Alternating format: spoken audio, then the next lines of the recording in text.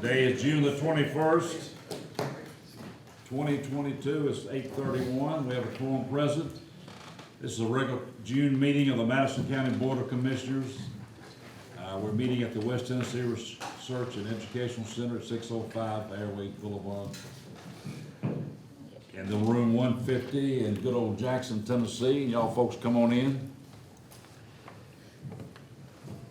We'll all stand. Mr. Wall. Thank you, Mr. Chairman. Today we have the Reverend William Watson, who's a second-generation pastor currently serving as a pastor at the historic First Baptist Church here in Jackson, Tennessee. His innovative leadership style is being demonstrated through facility renovations, increased membership, 2 weekly radio broadcasts here in Jackson, a reconciliatory relationship with the First Baptist Church on North Highland and City Fellowship Church, and he was also instrumental in helping to develop the Praise in the Park worship with the city of Jackson. Reverend Watson is currently an instructor in the local Baptist Association and the Tennessee Missionary Baptist Educational State Congress.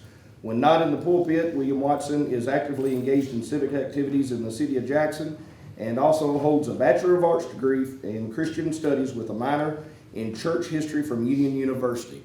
Reverend Watson.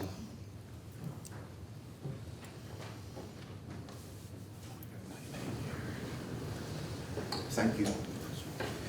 Hear these words afresh from Psalms 1. I'm reading from the New Living Translation as we prepare again, as you prepare again to deliberate again in this moment on behalf of our city, on behalf of our state as it relates to this city, our country as it relates to this city. The psalmist says, "Oh, the joys of those who do not follow the advice of the wicked, or stand around with sinners, or join in with mockers. But they delight in the law of the Lord, meditating on it day and night. They are like trees planted along the riverbank, bearing fruit each season. Their lives never wither.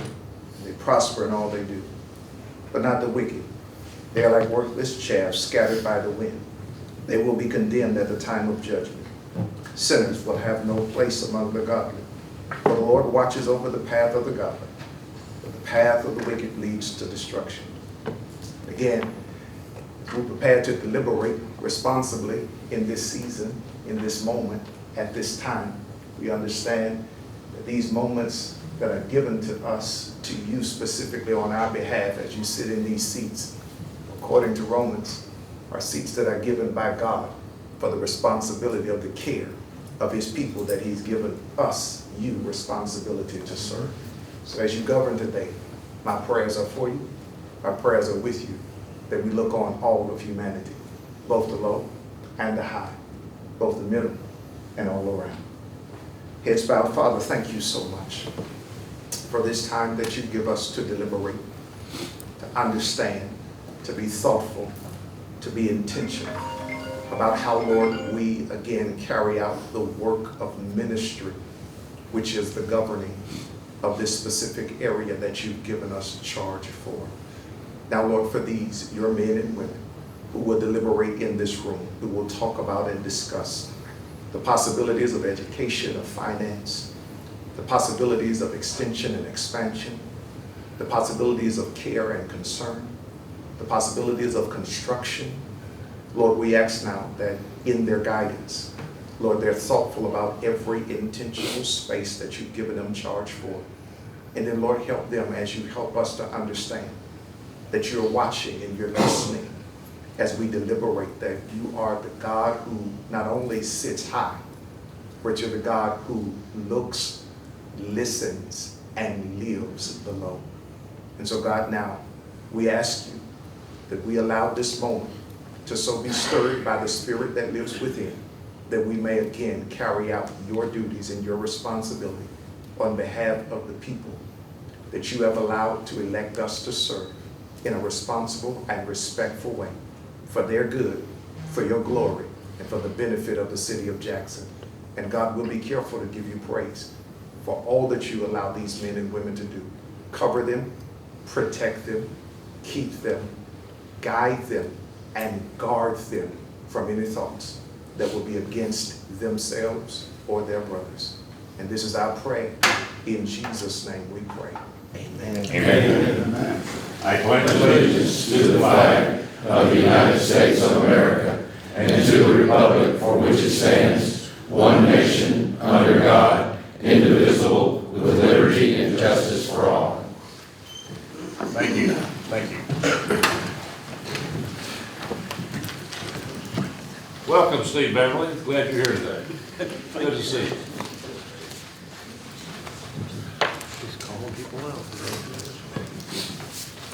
Roll call. Alexander. Yeah. Arnold. Yeah. Beckham. Here. Bond. Brantley. Brown Claudel. Present. Brown Scott. Present. Bryant. Here. Cleet. Here. Compton. Here. Denton. Here. Ellison. Here. Gobble. Here. Hill. Yep. Hampton Pearson. Johnson Arthur. Here. Johnson Barber. Martin. Here. Mercer. Montague. Here. Petty. Spearman. Here. Stevenson. Here. Taylor. Here. Wall. Here. We had 19 present, Mr. Chairman. 19 present. 6 absent.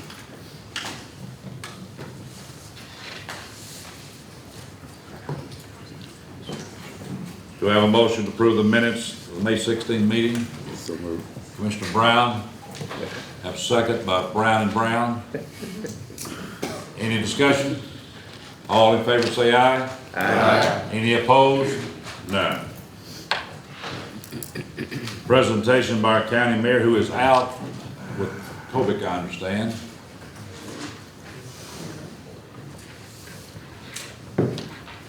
Announcement number 5, announcement from the chair. I'd like to make a few presentations. That's something that we probably don't always do, but I chose to do it. Sarah? These are folks who won't be here next year. Tommy Gobble, Commissioner. Tommy, appreciation for 8 years of service to the citizens of Madison County.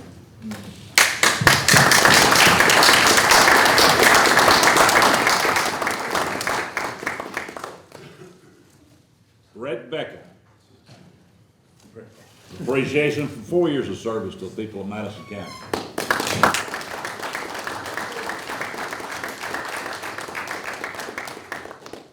Jason Compton. Appreciation for 6 years, citizens of Madison County.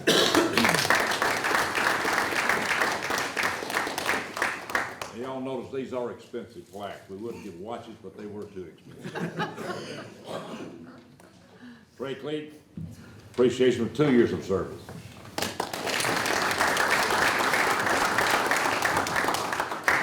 Barbara Johnson's not here, but in appreciation of 16 years of service in Madison County.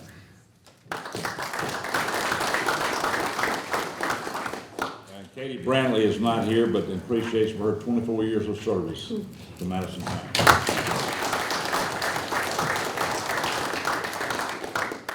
Kathy Blunt, appreciation for 12 years of service to citizens of Madison County. Kathy, not here?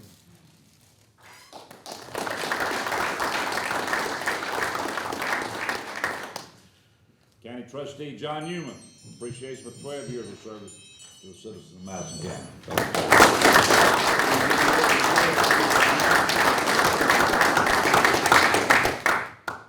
Sheriff John Mayer, appreciation of 8 years of service to citizens of Madison County.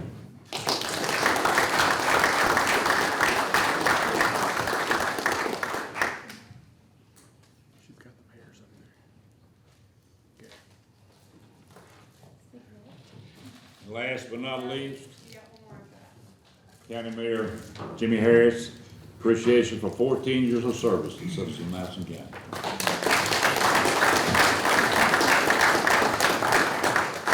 Mrs. Willie Mae Pearson, Commissioner, appreciation of 1 year to the citizens of Madison County.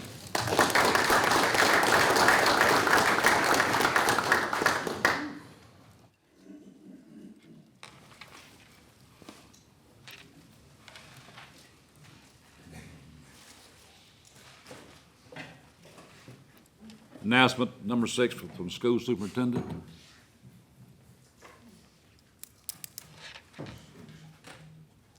Nobody wants to speak for the school? Item number 7, report of the security plan and safety policies for schools from the superintendent, and we've got the school board here, or someone from the schools will make that presentation. Come on down.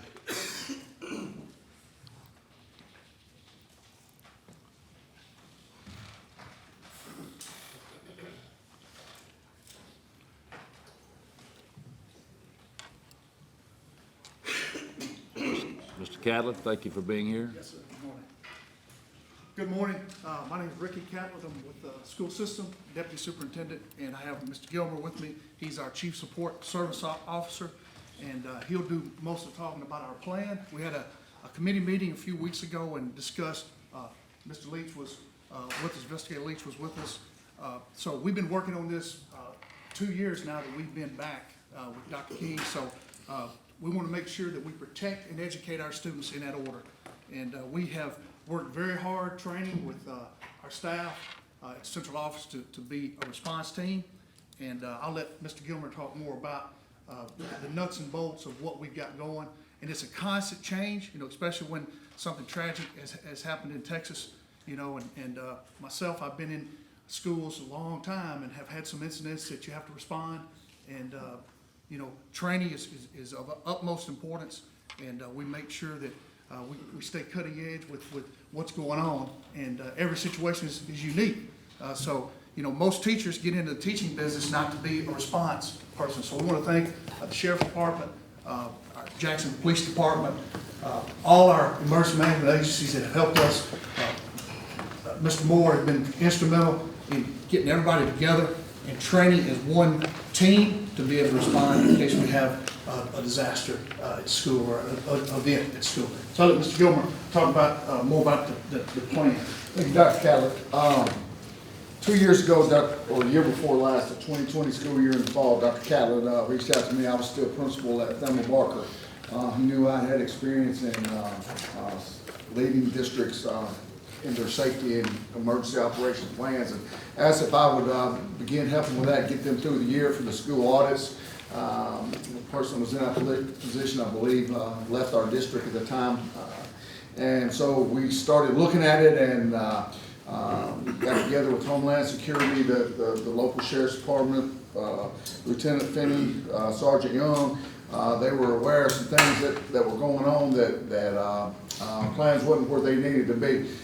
State Department of Education mandates that every school and every district has an emergency operation plan. And it's all encompasses, it covers every type of emergency that could occur during school or after hours and all the events that you have to go through. And looking at our plan was still using the 2015 template for the district. I got in touch with Ms. Brenda Morse, who leads our State Department of Education for our emergency school safety team for the state. And she said basically we want to start over in Jackson, Madison County at ground zero, and we want to start with getting our district plan where it needs to be. So that's been a year-long process that we've been doing. As Dr. Catlett said, one of the first contacts was made was Ms. Jason Moore with EMA. So he brought all the emergency responders in Jackson, Madison County to the table, and we sit down with our school safety team, and we developed the school safety plan, the district safety plan that we've been going over all year long. The State Department of Education came down with their team in January to get us started on that, and we've been meetings, had weekly meetings ever since, and developed this plan. We've brought everybody that would be responding to a situation at school to the table and basically said, okay, what's your role when you come in? Just for the sheriff's department or the police department. If we have an active shooter, what's your role when you come in? What do we expect from you? What do you expect from us? So this is not a reaction to the latest school shooting. This is something that we've been doing every year, but this year especially we've done it right. So the latest school shooting tragedy, it hasn't changed any plans that we were going to do because we were providing all this training, planned to provide all this training for all our schools anyway. Now it did make us look, it made the governor look. The governor's come out with an executive order, I think it's Executive Order 97, that may change a few things, but it's not going to change a lot of things because the plan we had in place, we feel is a good plan, and it has to be approved and signed off by the State Department. 2 weeks ago, when we came and met with the county commission, had a brief special committee. We were asked to come, and Inspector Leach came, and he came at our school training. Our next plan is to get the schools all their plans that they need in place. So every school plan will be based off the district plan, so we'll be all using the same terminology for the first time. All the plans will be based off the district plans, but they will be unique to each school. So we're in the process of that. The governor has changed the dates, so we're looking to see, but that will occur this summer or early fall. We'll have an SRO, a school administrator at every school, to walk through and do a school assessment. Once we do that, we look and see, okay, the state basically guides us after that part. They look at our plan and they say, hey, this is what Thelma Barker needs to become a safer school. And then we have to tie grant money that we get from the state to that and say, this is what we need, you know, whether it's access in, whether it's radios, whether it's kits, whether it's training.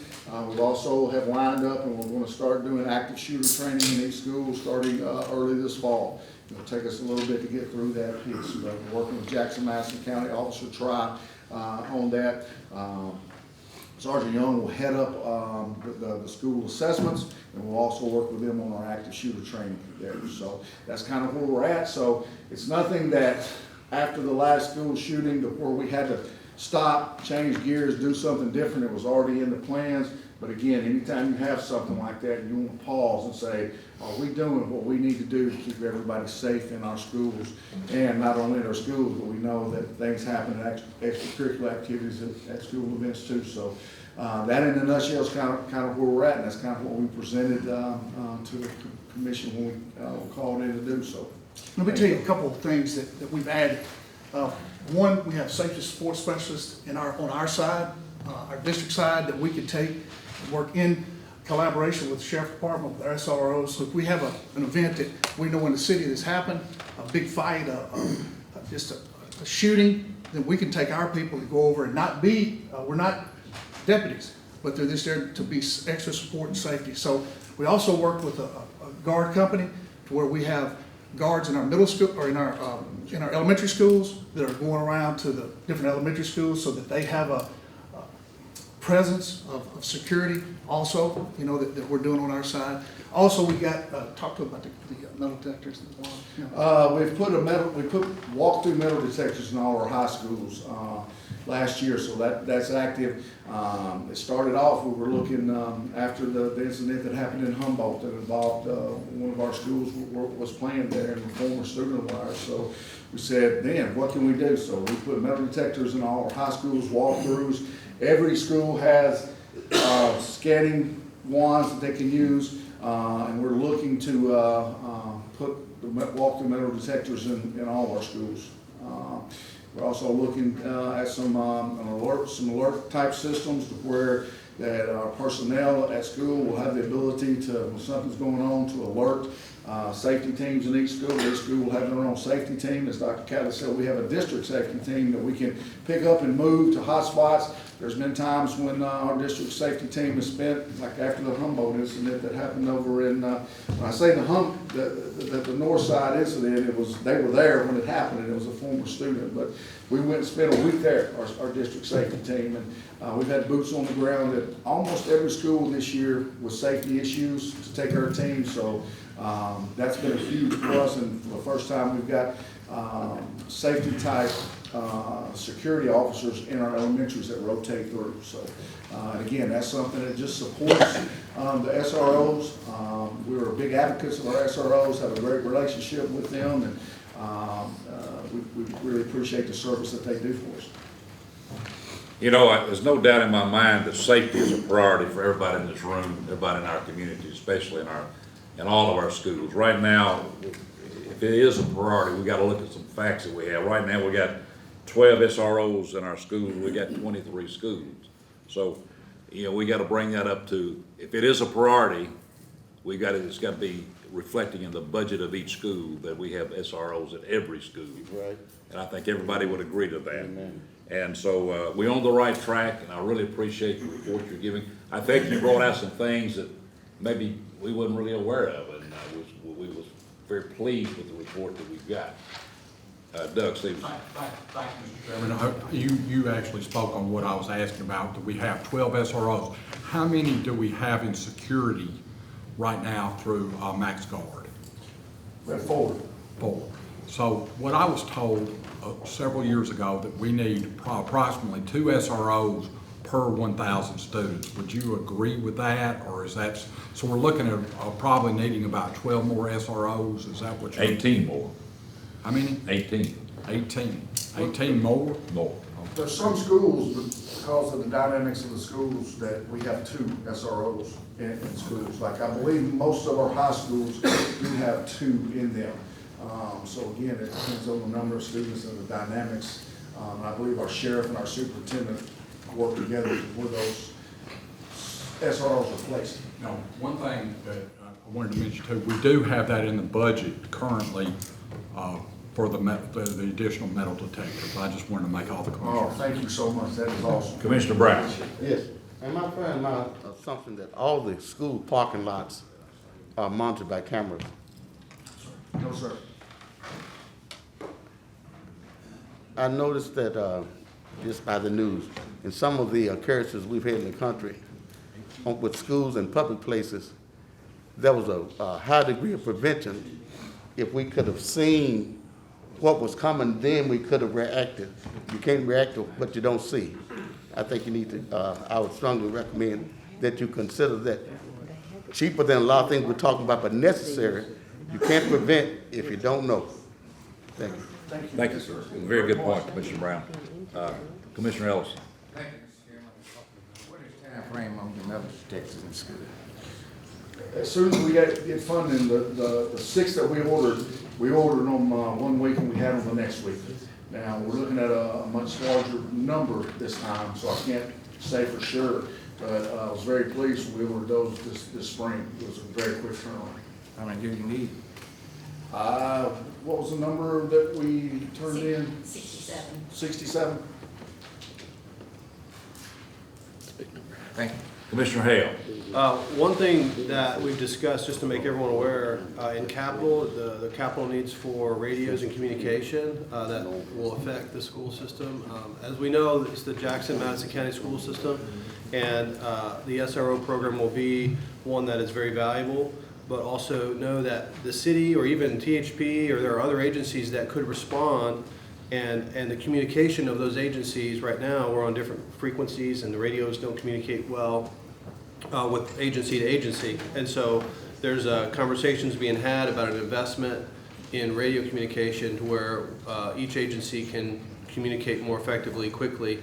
As we've seen in the news, communication between 911 dispatch and other agencies can slow down response times, and we already know that the response time isn't fast enough in a situation like an active shooter or something like that. And so are there conversations being had about what the school system is already planning to do with communication? And if that's the case, then we need to make sure we're all on the same page on how we move forward.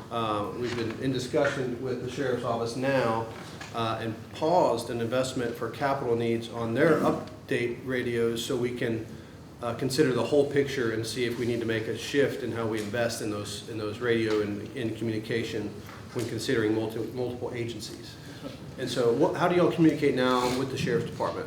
Our plan, when we get our new central office at Madison, old Madison campus, is to have a command center, like the sheriff has and like the U.S. Marshal has and like the police department, I'm sure have a command Like a center. dispatch? Right, so that we have a room that has cameras around it, we can see every school.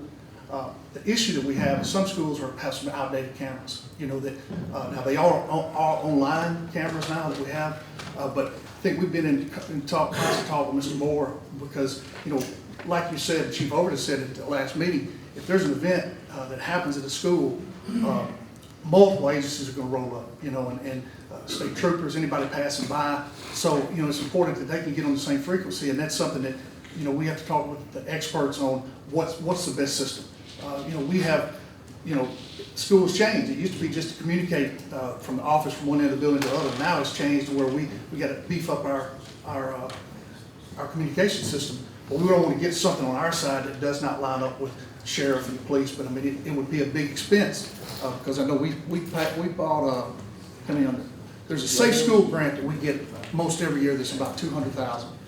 So we buy probably $60,000 to $75,000 of radios, each year to replace what we have. Sure.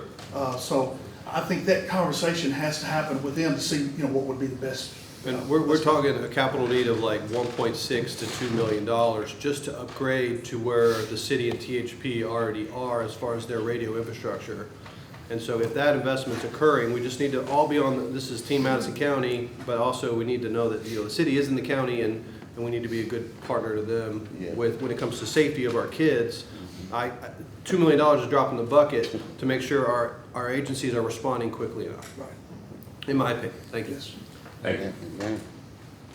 Thank you very much. One more question. Commissioner Hart. SROs, are they coming under the control of the sheriff's department or the school department? They come under the control of the sheriff department in working with the superintendent.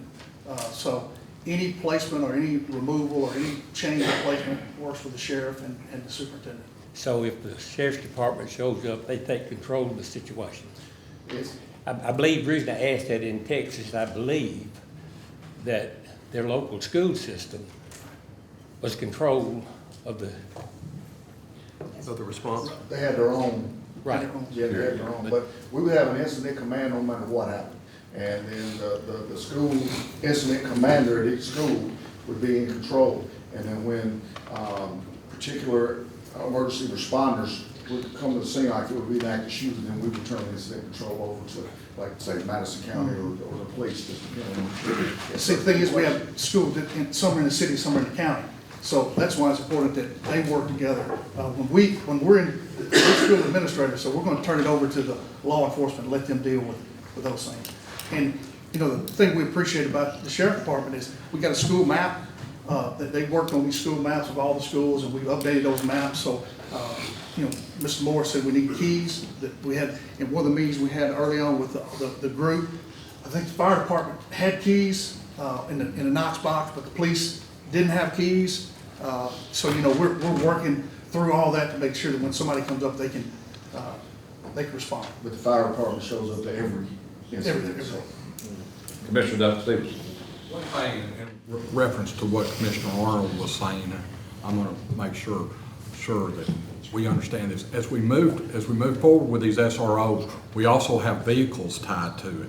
In other words, we'd like to know how much that we're putting in on this, and not for anything other than should the city be participating in this? Should the schools be participating? And that's what y'all used to do. Y'all actually contributed money to it. So I think it's in our interest to know how much all this is going to. Well, that's a conversation we can expand. That's and exactly we can move right. into. So I I just agree. want to make sure that everybody understood that there are vehicles involved with this time. All right, sir. Appreciate it very much. Good report. Sheriff's Department. Luke?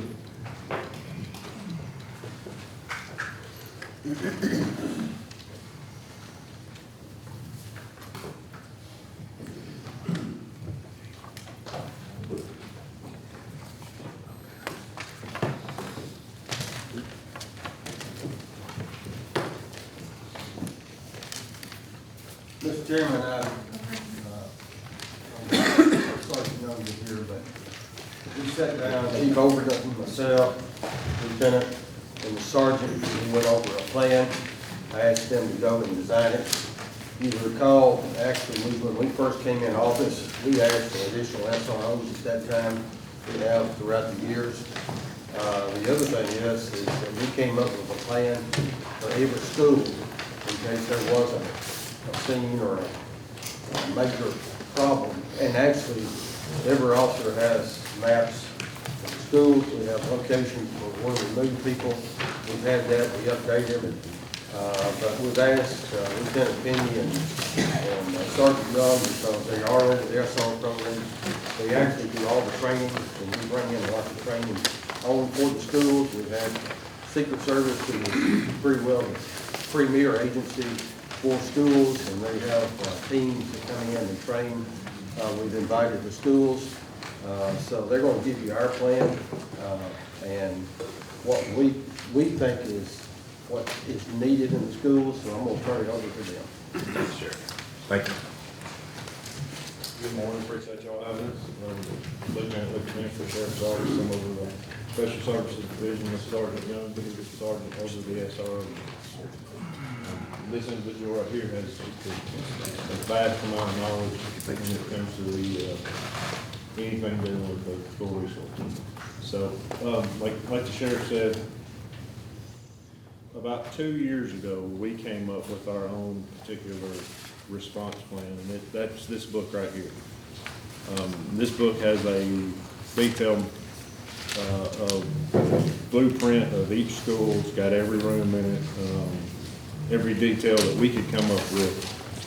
We've even gone and asked SROs to go through and alter anything that they see that is different. In some cases, that has happened. It also contains,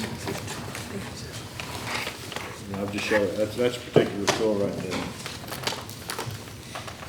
But what it also contains is the actual street location, the GPS location for a helicopter, contact information from the principal, vice principal. It details the actual grade that the school is in. So this particular one's Northeast Middle. That's sixth grade, 7th grade, and 8th grade.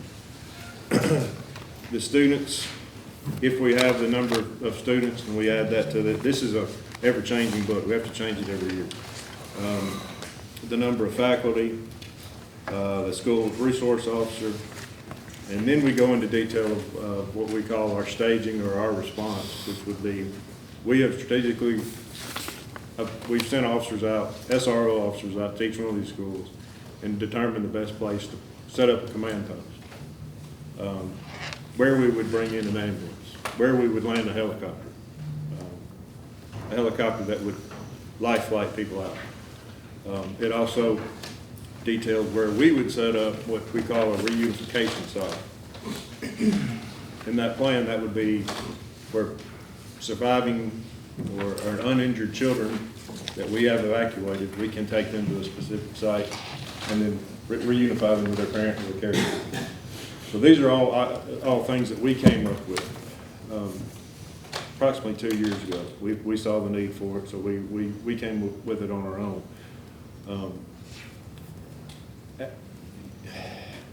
I know everybody in this room remembers the scenes of Columbine. You know, that was 20-something years ago. After that incident, and just to give you a brief history of it, there were several incidents that took place after that, but obviously Columbine was the worst, and you can argue that Uvalde is going to be right there with it. But several different disciplines came up within law enforcement in the years to come after that, and there were several groups got together in conjunction with the FBI, Secret Service, and they've just, these disciplines are different types of training. Well, in the last 4 or 5 years, alert is become the premier training that we use in the state of Tennessee. And I don't know how in-depth that y'all looked at the new governor's order, but alert will now be the training discipline that is instructed by the post commissioner to every new officer that comes in. The good thing about that is the sheriff's office, our sheriff's office, has been training with alert for over 5 years now. Not only have we been training it, we actually have the instructors that train. So at the new training facility, alert will come in and does the class for free. And they send in sim guns, they send in breaching tools, stuff to simulate these type of incidents where we can actually put these officers through the most realistic training that is possible. But that is already being taken care of. We've been doing this for 5 years. Alert it's a really good system. We've all been through it, and also if you'll look into the executive order, this will be part of our in-service and we'll, I think, have to do 16 hours from here on out.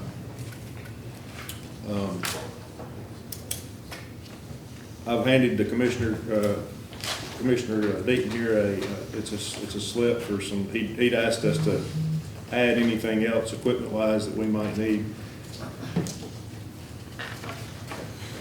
I don't know how much y'all have paid attention to the Uvalde situation, but a lot of what the mainstream media was putting out, it was hard for these officers to get in.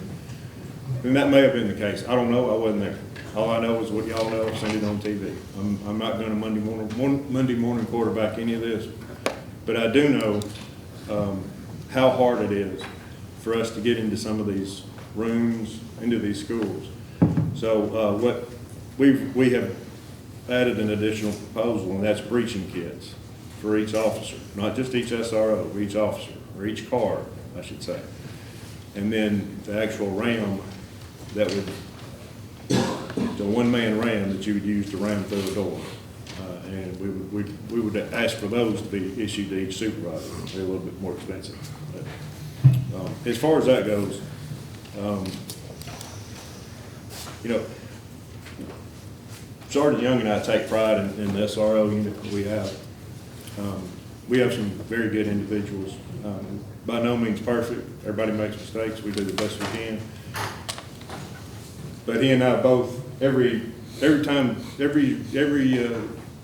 that school starts and every day it ends, we both talk to each other probably 4 or 5 times a day about the events that have taken place in those schools, every school that we're in, and those that we're not, because we do respond to those schools also, especially if they're in the county. Our SROs have built relationships with those principals in the schools, especially primarily the elementary schools that we are not in.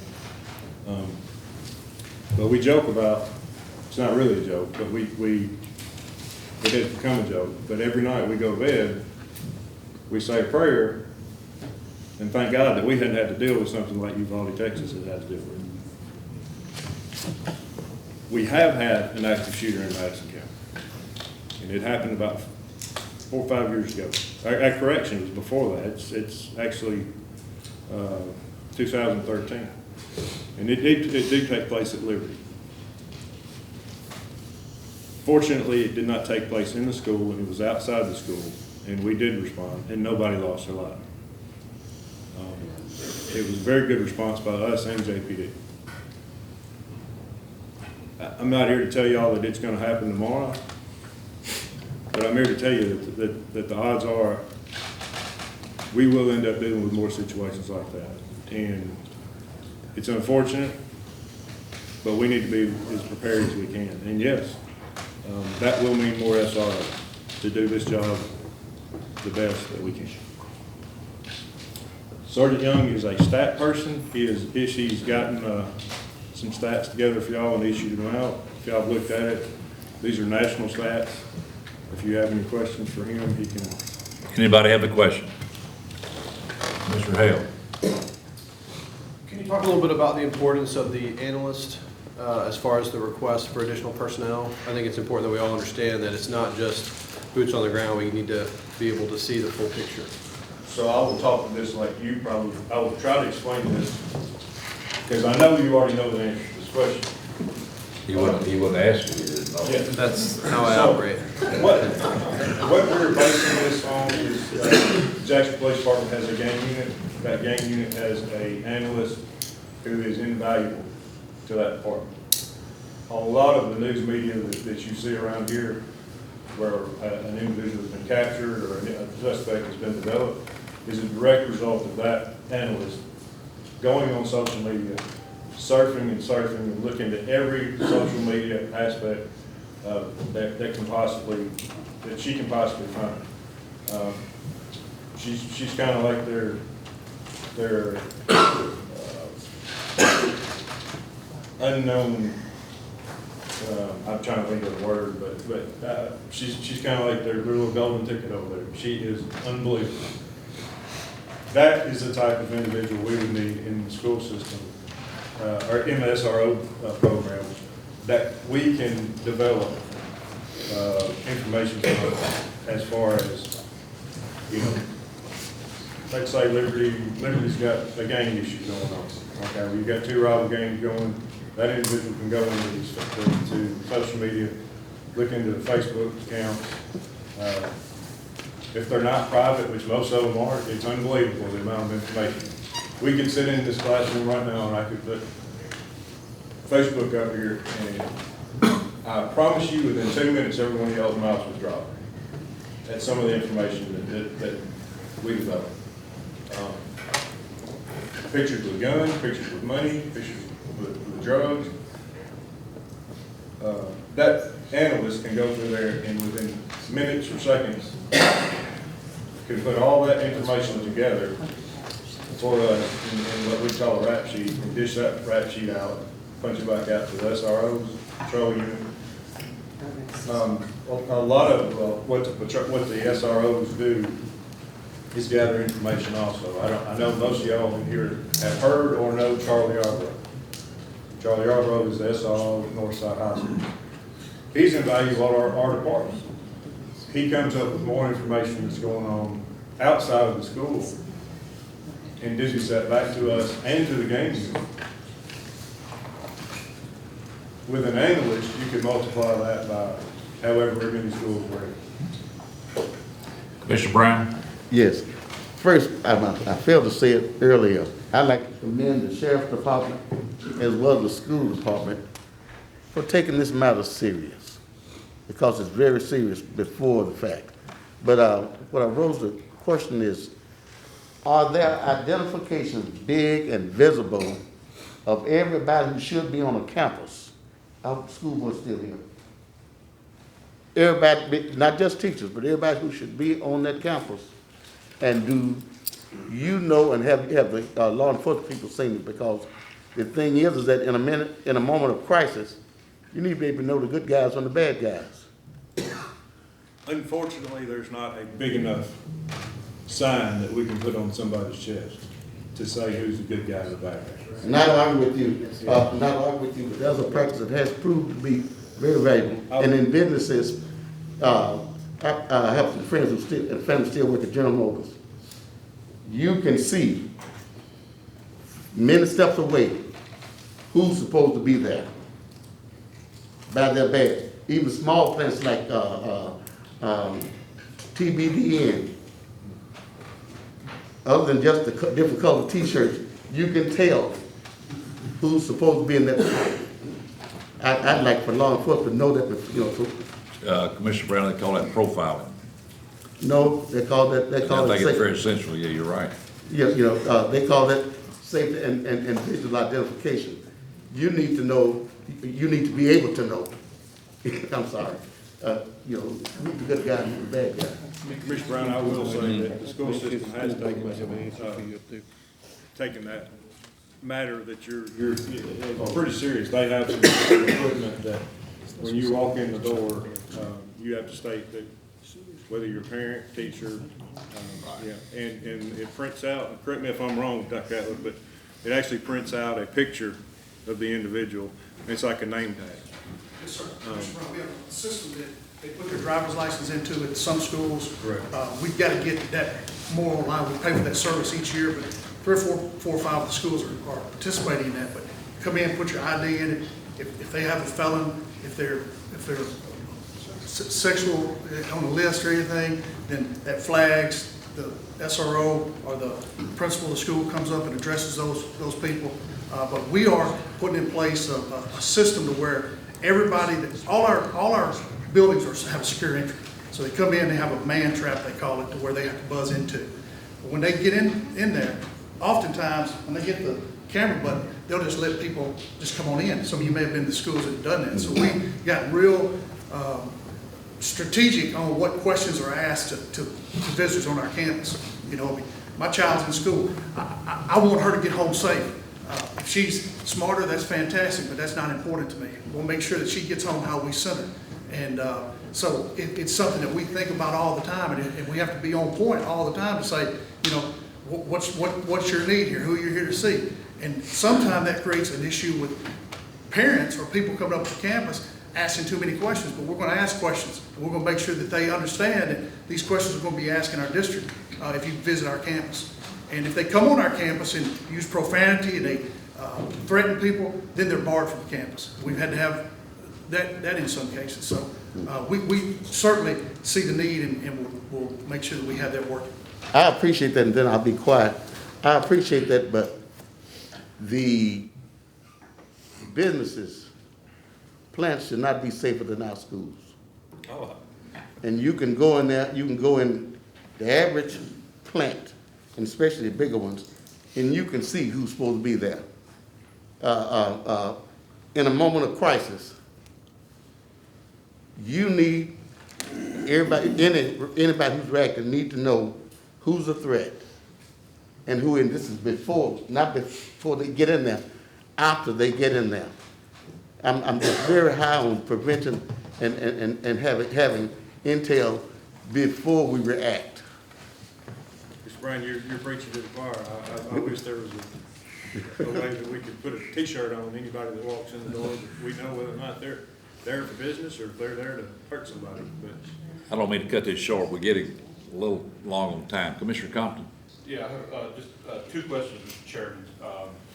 If and when we were able to fund the additional 18 SROs, in this day and age of being able to fill positions, what is a realistic time on being able to get those additional 18 hired?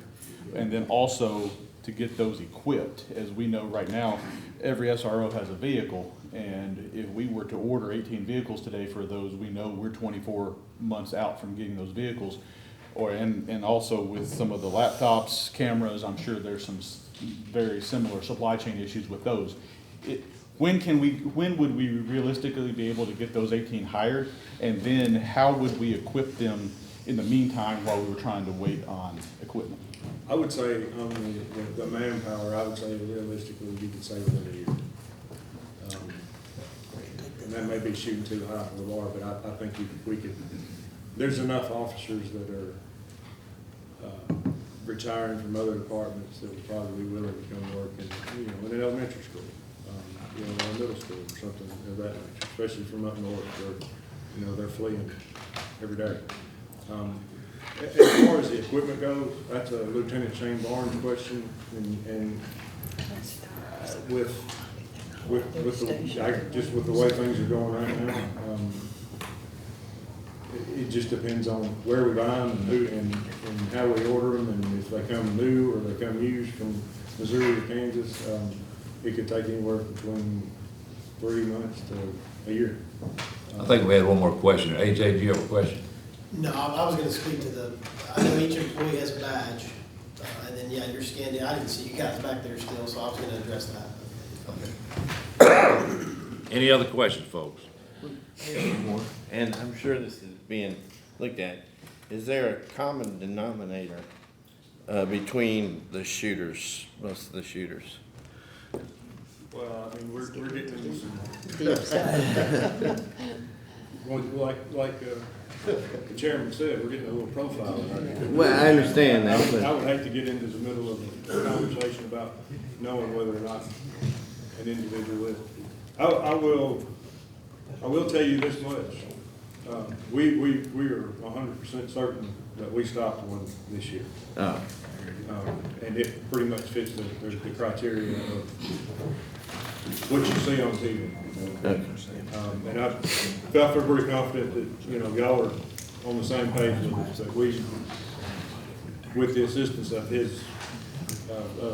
Dr. Catlett's principal at one of these schools, we were able to stop one. That's the closest I've ever seen. It scared me to death. Thank you, Luke. We appreciate y'all very much. Doing an outstanding job. I thank you to Jason Moore. He was very critical in this. Thank you, Jason. I also asked Jimmy Leach to come. He has been the past director of the criminal investigation with Tennessee Highway Patrol. He's also a special agent for TBI. Jimmy, come on down, and I asked him to come look over what we're doing to see if he sees any hole in the cheese. If he can, tell us how we can fill it. Well, thank you, Mr. Chairman. Folks, I'm going to tell you, I won't take just a minute. I've got nothing to say but good things. I was terribly impressed with what we've got in place, and I just want to echo some things that some people said. When Dr. Catlett, I believe, was talking, he said Dr. Gilmore, we've been working on this for, I think he said 2 years maybe. I guarantee you this it wasn't put together overnight. It's a very comprehensive plan. I was at a meeting with them Wednesday before last, I think, when the state people came down and put on a presentation about the new emergency operations plan. It addresses everything we need addressed. It's perfect now. Nothing's ever going to be perfect because things change in this, in what we're talking about. It's a living document. And you also heard Dr. Gilmer talk about how they're going to change it. They're going to look at it all the time. I was impressed with their communications, the way everybody is talking to one another. Terribly important. And folks, I think they've done a very good job. I think you've done a very good job. And I'll just say this on a personal note. First time I've been to a county commission meeting. And it was good, it felt good to live in a part of the world where we say a prayer and a pledge of allegiance to the flag before we start. We don't do that. Thank y'all for the work that you do very much. Thank you, Jim. Thank you very much. Appreciate what you directed. Here, before we leave this subject, we have our polling places at schools. So that would be one concern about people coming in and out, access to the school. Are there any plans to have polling places at other than schools? We can speak on the school side. If Ms. Lott decides to keep those at school, what we're going to do is identify areas that we can contain individuals that come onto the campus from being in our population of our students. So maybe use a gymnasium that's on the back side, or find a location, portable or something like that. So Coach Gilmore has been in touch with Ms. Lott. I'm going to reach out to her to make sure that we develop a plan for that. Yes, ma'am. What's the possibility of closing on election day? We have our calendar 2 years out, so that's been approved and already passed. I don't think that's going to be able to take place at this point, but that's why we'll have something certainly to make sure that safety measures are taking place. Well, I appreciate this discussion. It's something I wanted everybody here to hear. I think safety, no doubt, is a priority in this community. Everybody in this room, every parent that's got a child in school, it's just a premier concern that this community has based on what's happened across the country. So I think from all of us, from the standpoint of the county commission to the sheriff's department to the school department to the school board, everybody that's elected, we've got to come together and come up. You see, at the end of the day, it's about funding. That's where it comes down to. And we've all got to get together to realize this has to be a priority in every budget, and we can't just look at it as though somebody else is going to fund it, because it's going to come down to all of us doing what we should do and the responsibility that we have as a community. So I appreciate the sheriff's department, appreciate what the school system is working on and how well they've done this. I'll be honest with you, I was a little surprised, a whole lot better than I thought. It sounds really good, but I do know we still got a long way to go, and we all know that, so it's based on how well we respond to it. So thank all of you for what you've done. Commissioner Wall, Oh, excuse me, Commissioner Wall. That's okay, that's fine. Just a quick question. How many officers are we short currently at the sheriff's department? 3 short right now. Total? That's actually Jail, controlled now. In the jail, we're 11 short. In CJC, we're 3 short in the annex and 3 short uniform. But we're making headway. We have 6 to come in. Right. So I guess another question would be, how hard do you think it will be to get these extra SROs if we were to fund something like that? How hard would it be to be able to actually fill those positions? I think it's tough. That many. We'll have to look and see who's out there. Funding is going to be a thing with the people that are coming in and look. I mean, they're going to look at other areas, and then they're going to also look and see how we're doing in these schools. And if they feel good about working with them. It takes a special person as an SRO, and you have to select that special person. Not everybody is made to be an SRO. So It may take several months, but once you give the funding approval, at that time, the search is on. Thank you. All righty, moving right along. Item number 8, progress for the jail. It's moving right along. They're doing some of the final testing. So we're hoping that we've got lots of stuff in furnishings put in there, and we're hoping that this thing moves within the next month or two pretty fast. Item number 9, we've already covered policy from the Sheriff's Department. Item number 10, report from the Jackson Chamber. Chairman, I'll be quick.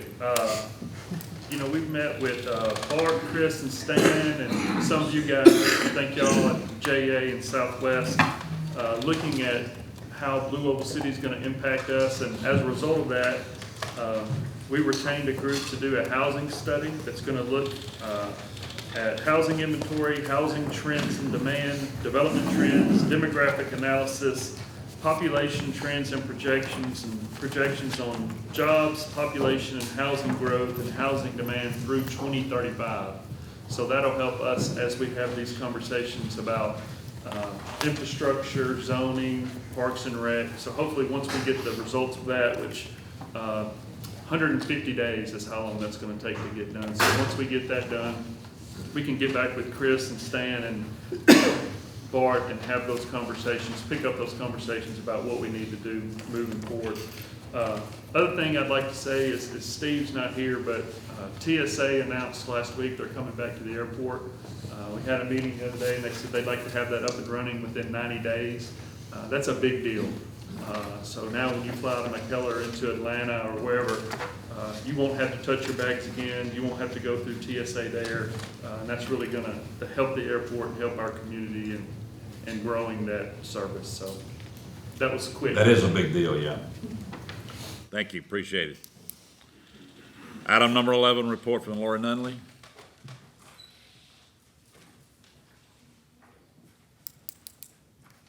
I'm disappointed. I was looking for a big report here. I can give one. Go ahead. Things are going great, and she loves working with the Jackson Chamber. They've got a great team.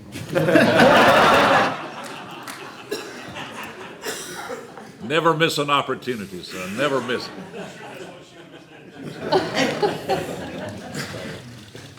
And we enjoy working with our finance director, Karen Bell. So you have a report, Karen. Yes, on behalf of Mayor Harris, he's asked me to review the qualifications for our 3-star program that we commit to, which is to review our debt management policy, which if you'll remember, we filed with the Comptroller's Office June of 2020 to amend the balloon indebtedness for the JCM school. Our annual cash flow forecast that's submitted with our budget, and if you review that, you will see that we have come in really well on that.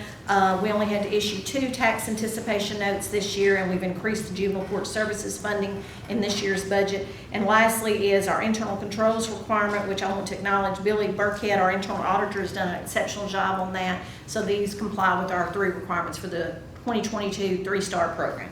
That concludes my report. Thank you, Karen. Appreciate it very much. Item number 13, Commissioner Johnson, report from the county officials, standing special committees, old business action thereof by this board. Mr. Wall. Mr. Chairman, the excess resale committee met in regular session, and first of all, I'd like to thank our chairman, Commissioner Brett Beckham, who has served as chairman for this committee, has done a fantastic job. Unfortunately, had decided to resign this last month and appoint me as the chairman of that committee, but I want to thank him publicly for all that he was able to do and has been able to do over these last few months. The committee is recommending approval of 2 properties to First Baptist Church, 603 Dr. Martin Luther King Drive, $500. Committee recommendation, no second required. Any discussion? All in favor say aye. Aye. Any opposed? None. Second property is 606 Dr. Martin Luther King Drive, First Baptist Church, $500. Committee recommendation, no second required. Any discussion? All in favor say aye. Aye. Any opposed? None. And the, Commissioner Alexander. They have like 113 properties to deal with on this. I'm gonna make a motion that we take these all at one time. Second. 113 properties. Got a motion to take them all at one time. We have a second. Second. All in favor say aye. Aye. Any opposed?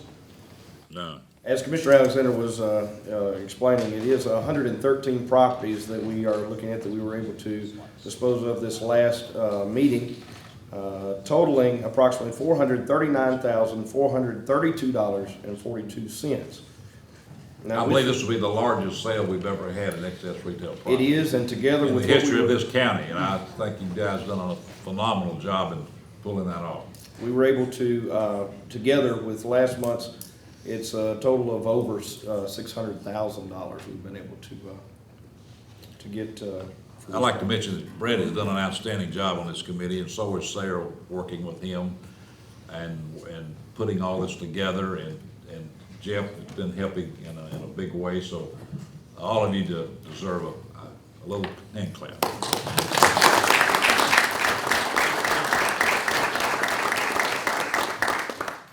$113 properties, $439,432.42. Committee recommendation. Committee recommendation, no second required. Any discussion? Commissioner Ellison. Mr. Chairman. Yes, sir. I'd like to say that I'm the vice chair of this committee, and I really do not like the disrespect I've been shown on this committee. Not that I want to make this report, but I think I should have been notified that he was going to make a report rather than myself. I am the vice chair. So noted. It's totally out of order. I was voted chair. I was appointed chair. You were not voted chair. He was at the meeting.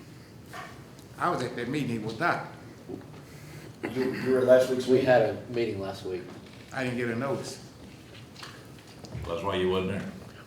I should have got a notice then. That was disrespect. I don't think anybody intended to disrespect anyone, Commissioner, but I do. if you didn't, well, you may, that's your opinion, but I don't think anyone did. All I those didn't went want you to out. know that. I want y'all to know that. That'd be fine. We know. Mr. Wall, anything else? We haven't voted yet.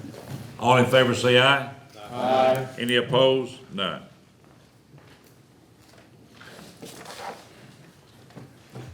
Commissioner Compton. Mr. Chairman, I've got 3 committee reports that we have at least a little bit of action on. Audit Committee met last week with pretty much the sole purpose of discussing moving forward with replacing Mr. Burkhead as internal auditor after he transitions over to the courthouse come September 1st. We discussed job description, getting a job posted with the intention of trying to have a new internal auditor hired and in place at some point in August to overlap with Mr. Burkhead at least for several weeks before that transition. The posting was approved, and the posting did, I think, get put out on Friday or maybe even Thursday evening, and it's going to be open for 3 weeks or so. And then after discussing with our county attorney, the audit committee did create a subcommittee to handle the hiring process, to review applications and to go through the interview process. And the recommended subcommittee that I'm bringing to this body today was from the audit committee members of Commissioner Adrian Montague, Commissioner Jason Compton, Marcus Love, and then outside the audit committee are Commission Chairman Gary Deaton and County Mayor Jimmy Harris to make up the 5-person subcommittee to review resumes, applications, and the interview process for our county internal auditor. So that is a committee recommendation. Any recommendation, no second required? Any discussion? All in favor say aye. Aye. Any opposed? None. Thank you, Mr. Chairman. Property Committee met, and I have one item to bring up from Property Committee. Mr. Winslow reported to the Property Committee that the county has received $49,000 in insurance recovery for the damage that was sustained to a portion of the penal farm. And he recommended to the property committee that we spend $11,000 of that $49,000 to actually tear down and haul away the old warden's house that was damaged. So it's a committee recommendation that we do that I need action on, but then the budget amendment for that, so actually it's $11,500. I'm sorry, it's $11,500. The budget amendment will come later in a number of budget amendments that we're taking up from the floor to allow us just to suspend rules at one time.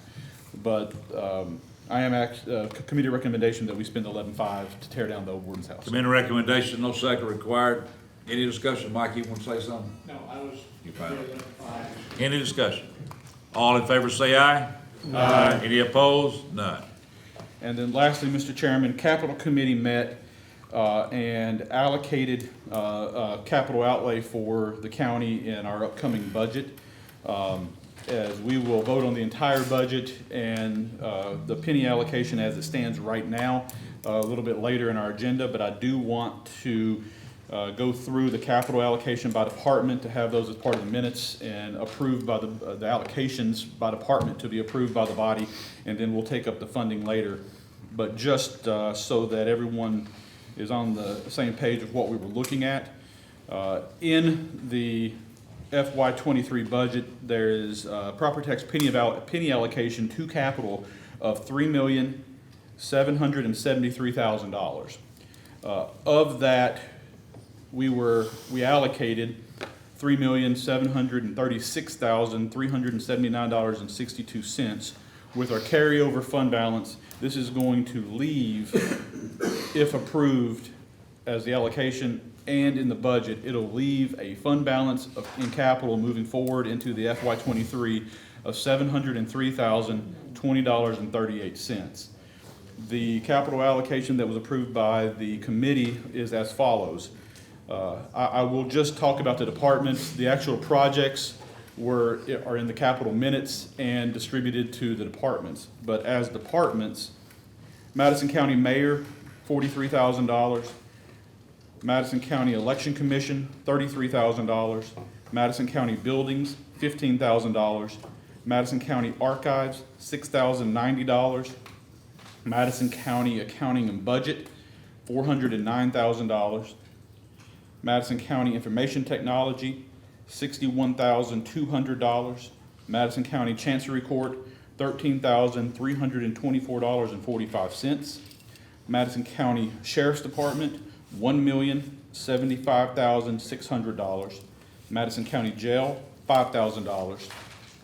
Madison County Fire Department, $1,316,045.23. Madison County EMA, $230,000, with the caveat that we will get a rebate back of $115,000, 50% of that from the city's portion of that allocation. Madison County Building Department, $21,111. Madison County Solid Waste Convenience Centers, $112,000. Madison County Library, this is our portion, $17,250.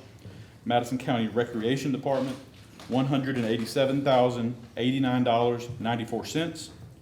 Agriculture Extension Services, $33,319. Madison County Airport Authority, $131,950. That is our part of match and of grants. And again, that total capital allocation is $3,736,379.62 as a committee recommendation. 709. 379. Take the 13 G out. I did. 3709,979. That's a committee recommendation. Okay, I'll trust Ms. Bell on that because I thought I did make that change, but 3,709,979.62. 3,709,979.62. Committee recommendation. Committee recommendation, no second required. Commissioner Stevens? Just one comment on this that's been, this just does not make, Commissioner Compton did a fantastic job. The part that's concerning to me is we have over $2 million in vehicles in this particular budget. that we will not receive for maybe, who knows? You about buses? No, I'm talking about these vehicles right here. Okay. Now, buses is the same thing. We've got 1.3 million. In other words, we're gonna have $3.5 million sitting there, sitting in our budgets that we can't use because we have to have that committed. I'm just making you aware of that. I'm not against the vehicles. I'm not against the buses. I'm not against these vehicles. But it just doesn't make good, you wouldn't have money sitting at your house, $3.5 million, and you wouldn't be able to use that. That doesn't make good sense to me. I'm just making that comment. I understand. We have that money that we're gonna be tied up. And what you're gonna see here is we're gonna have we're $3,042,217 short right now, revenue and expenditures. We're gonna make that up. But this does not make good, this is not good business sense. And this is a state thing. Well, we don't have any option, do we? We don't. But I'm just making you aware of it. Because what's gonna happen is next year, when we say committed, we're gonna come back and Commissioner Compton's not gonna be here, somebody else is gonna be on Capitol, and they're gonna go, oh gosh, we've got a $2 million extra fund balance. Well, luckily Karen's gonna be here to go, hey, you can't use that for whatever. Okay. Letting you know. Appreciate it. Commissioner Brown.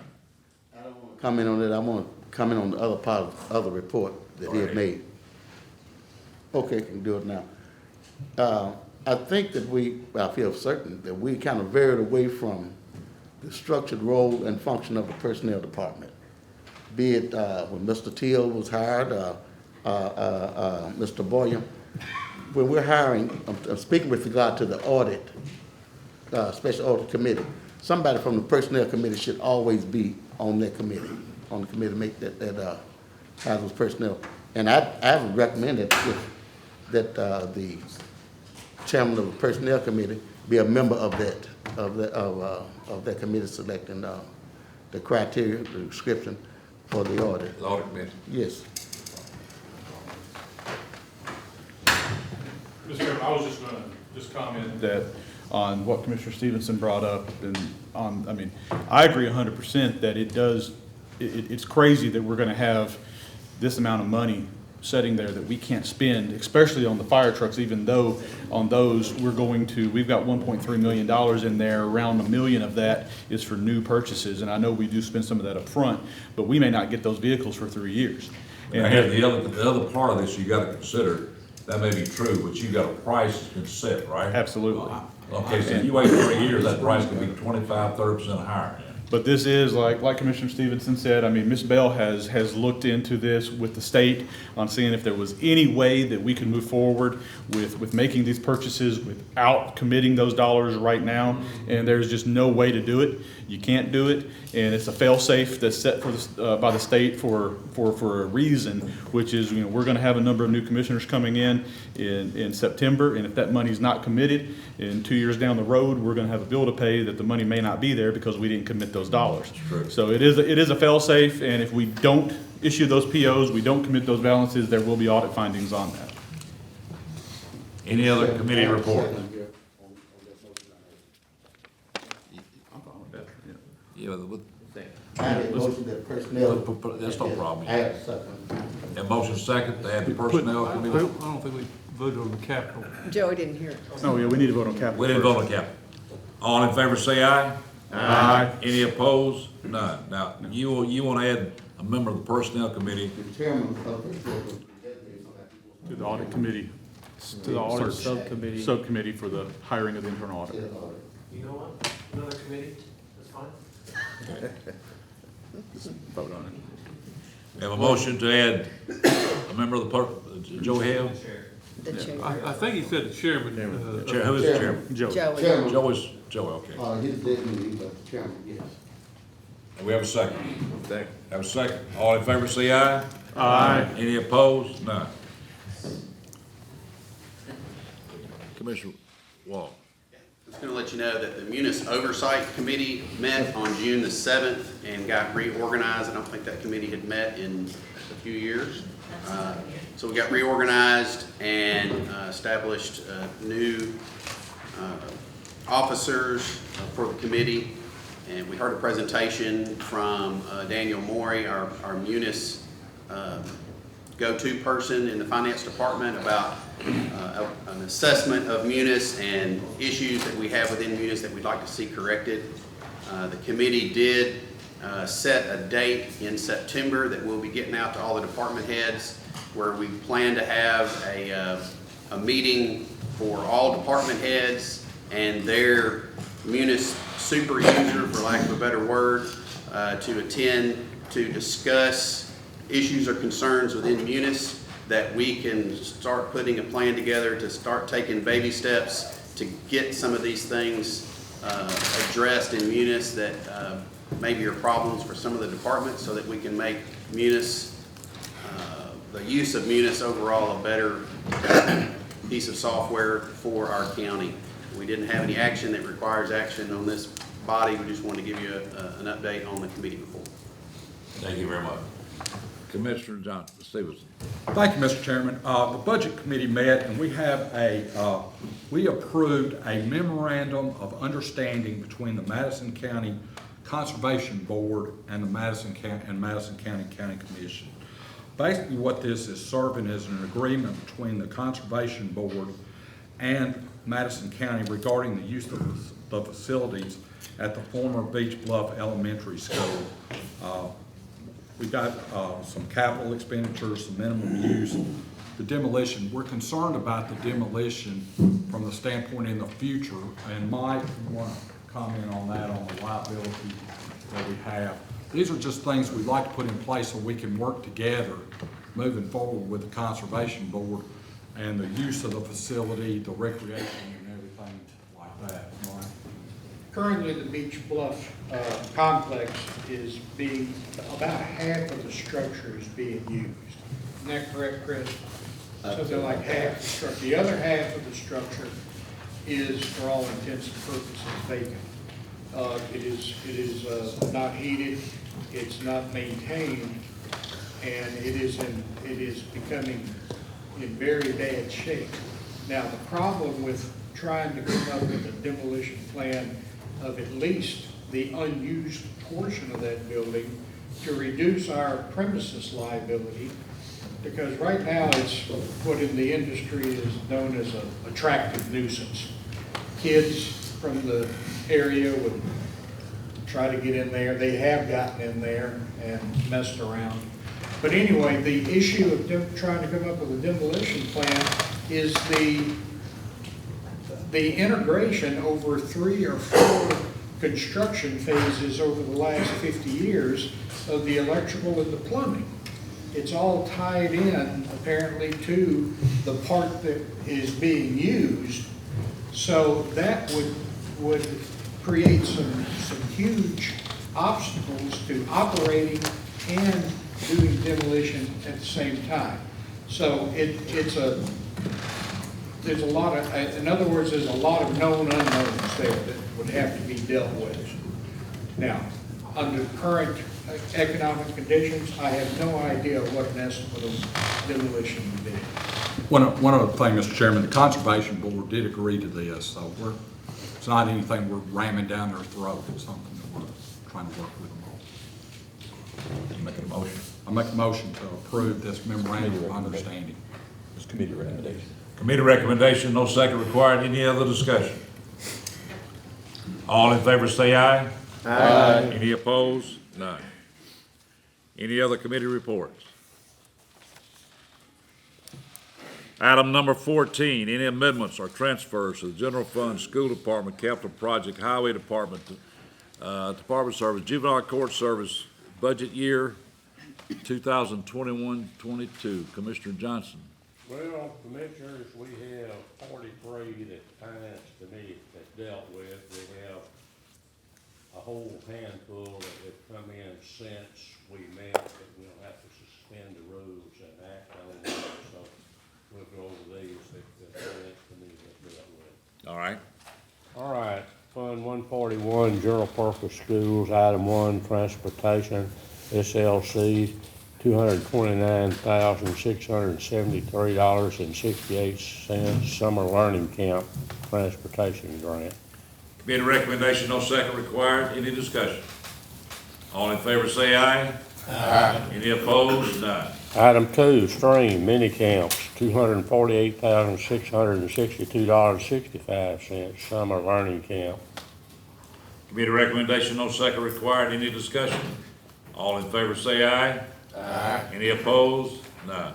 Item 3, bridge camp, $331,314.26 summer learning camp bridge camp received. Committee recommendation, no second required. Any discussion? All in favor say aye. Aye. Any opposed? None. Item 4, summer learning camp, $870,319.28 summer learning camp grant received. Committee recommendation, no second required. Any discussion? All in favor say aye. Aye. Any opposed? None. Item 5, turnaround action grant, $500 amendment, budget to align with E-plan revisions. Committee recommendation, no second required. Any discussion? All in favor say aye. Aye. Any opposed? None.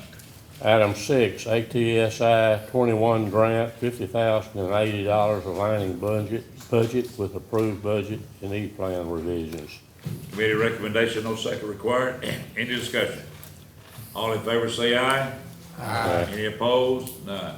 Item 7, ESSER 2.0, $365,205 budget, aligning budget with approved budget and E-plan for revisions.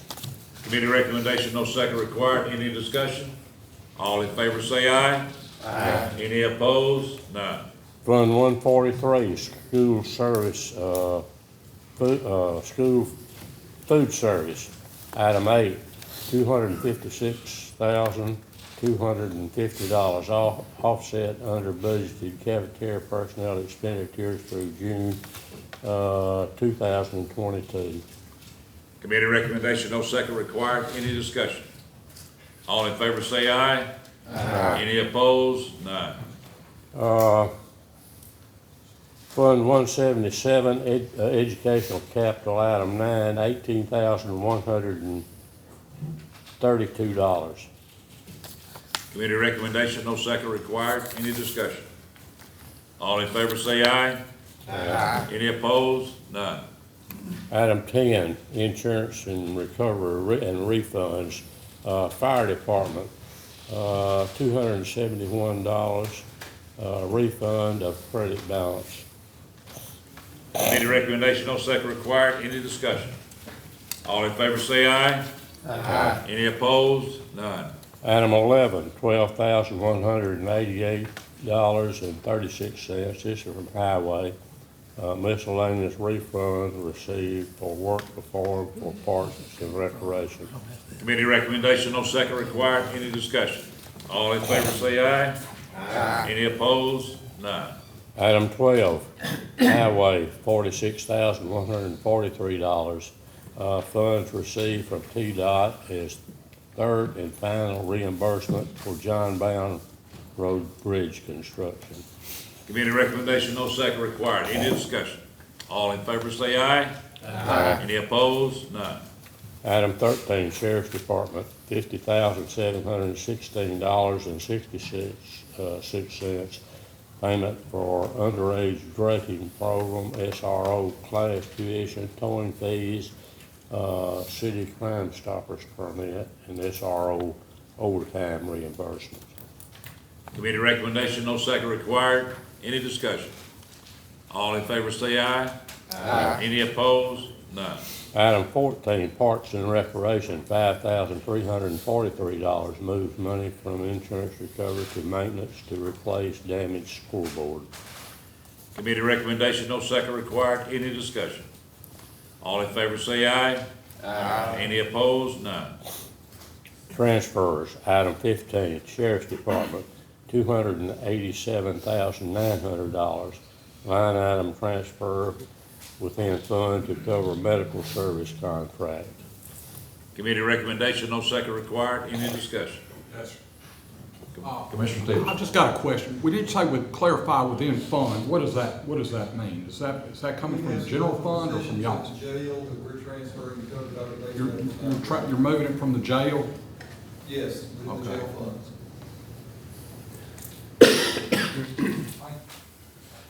All in favor say aye. Aye. Any opposed? None. Item 16, Community Corrections, $2,600. Amendment requested to maintain positive budget line balance. Committee recommendation, Commissioner Hale. I'd like to make a motion, we take number 15 through, can we scroll down a little bit more, please? Through 38 all at once. Second. Through 38. Have a motion and a second. What was the beginning number? 13 through 38. 13? 15 through 38. We already did 15, didn't we? Yes. We just did 15, so. Whichever one he's reading. 16. All right, well, 16 through 38. second. Have a motion and a second. All in favor say aye. Aye. Any opposed? None. All in favor say aye. Aye. Any opposed? None. We're ready for 39, are we not? Yes. Sheriff's Department, $5,200, funding Criminal Justice Center expenses for June. Committee recommendation, no second required. Any discussion? All in favor say aye. Commissioner Hale. Just as a reminder for everyone, these are expenses that are now being incurred because we have control of that building, is that correct? Just want to make sure everyone's aware, like, the cost of that building is now on us, and that's why these numbers are popping up. All in favor say aye. Aye. Any opposed? None. Item 40, Sheriff's Department, $14,100, funding Penal Farm expenses for June. Committee recommendation, no second required. Any discussion? All in favor say aye. Aye. Any opposed? None. Item 41, Sheriff's Department, $81,300, funding jail expenses for June. Committee recommendation, no second required. Any discussion? All in favor say aye. Aye. Any opposed? None. Item 42, Sheriff's Department, $105,500, funding post expenses for June. Committee recommendation, no second required. Any discussion? All in favor, Commissioner Taylor. Is this just coming out of control? I mean, what? We're out of money because of gasoline costs mainly, and that affects maintenance and repair. We got a little bit there for contracts with private agencies. We would have covered that if we had the run available, but mainly because of the gasoline costs, we just need more money to operate. Commissioner Hale. Do you have an idea how much you're gonna turn in? We're just with the vacancies of salaries, and just assume you have. We've already used salaries to cover utilities as well as Dr. Bates' contract was approved earlier in this session, so Joe, at this point, I don't know it shouldn't be much. Okay. All in favor say aye. Aye. Any opposed? None. Item 43, Human Resources, $4,664.76, moving year-end funds for training overlap in November for HR assistant. Committee recommendation, no second required. Any discussion? All in favor say aye. Aye. Any opposed? None. All right, Mr. Chairman, we have a whole lot of these that came in since the Finance Committee met. I move that we suspend the rules so we can act on these. Have a motion second, suspend the rules. All in favor say aye. Aye. Any opposed? None. Item 1, this is for Fund 141, General Purpose Schools, regular instruction, $28,000. Changes posted to incorrect line item. We need motions and seconds. Have a motion? That's second. Second. Well, before the next one, I'll make a motion that we take them all together on these. But let's vote on this one first. Second. Any other discussion? All in favor say aye. Aye. Any opposed? None. Item 2, CCEIS Commissioner Johnson. 63. Well, how many of these in one? All of these are just cleaning up. Yeah, federal projects. So I'll make a motion that we take all the schools amendments on these together. I second. A motion second. Who second? Commissioner Ellis. Any discussion? That would be what, 2 through what? 14. 2 through 14? No, all the way All the way down. through, Keep going. Yeah, 2 through 18. through 18. 2 through 18. All in favor say aye. Aye. Any opposed? None. No, we need to vote on. Number 19. Oh, we need to vote on. That was take them together. That's right. All in favor say aye. But we say motion and second, let's take them together, or? Now, we just voted to take them together. Now, we have a motion to accept that. So approval? Second. That motion second. All in favor say aye. Aye. Any opposed? None. Now, number 19.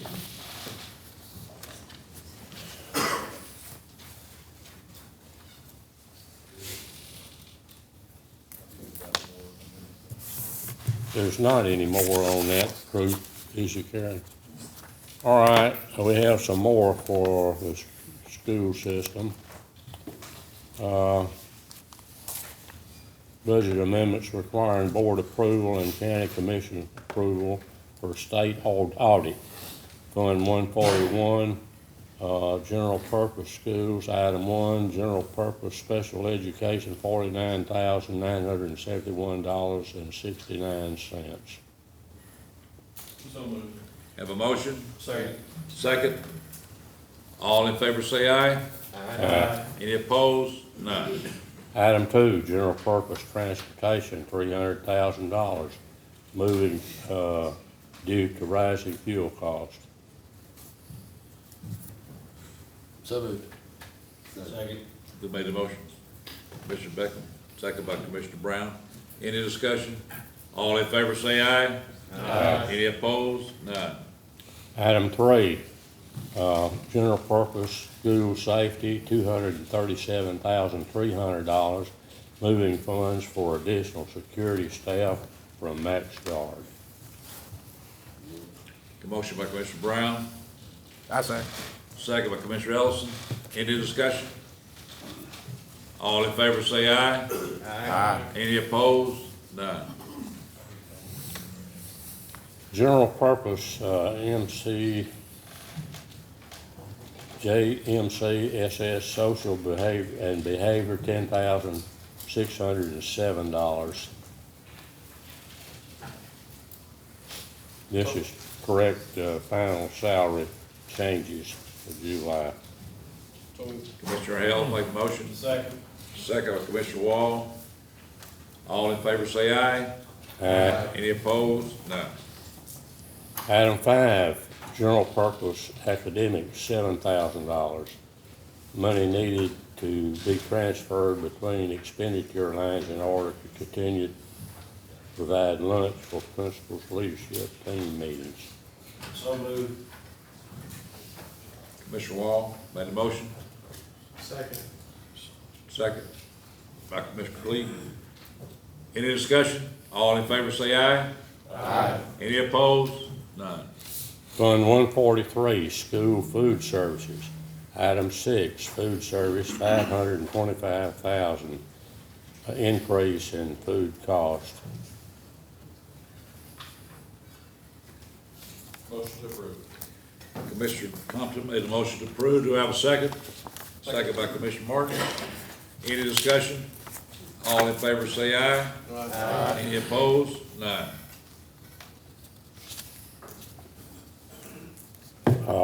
Insurance recovery refund highway, $22,440.62. So moved. Commissioner Hill made the motion. Second. Do I have a second? Mr. Alexander. Any discussion? All in favor say aye. Aye. Any opposed? None. Health Department, PHEP, $22,277.09. Contract amended with a $22,277.09 increase. Motion to approve. Commissioner Wall makes a motion to approve. Do I have a second? Second, Commissioner Brown. Any discussion? All in favor say aye.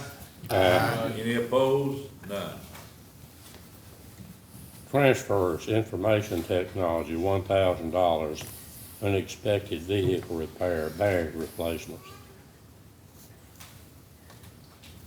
Motion to approve. Commissioner Thompson makes a motion to approve. Do I have a second? Second.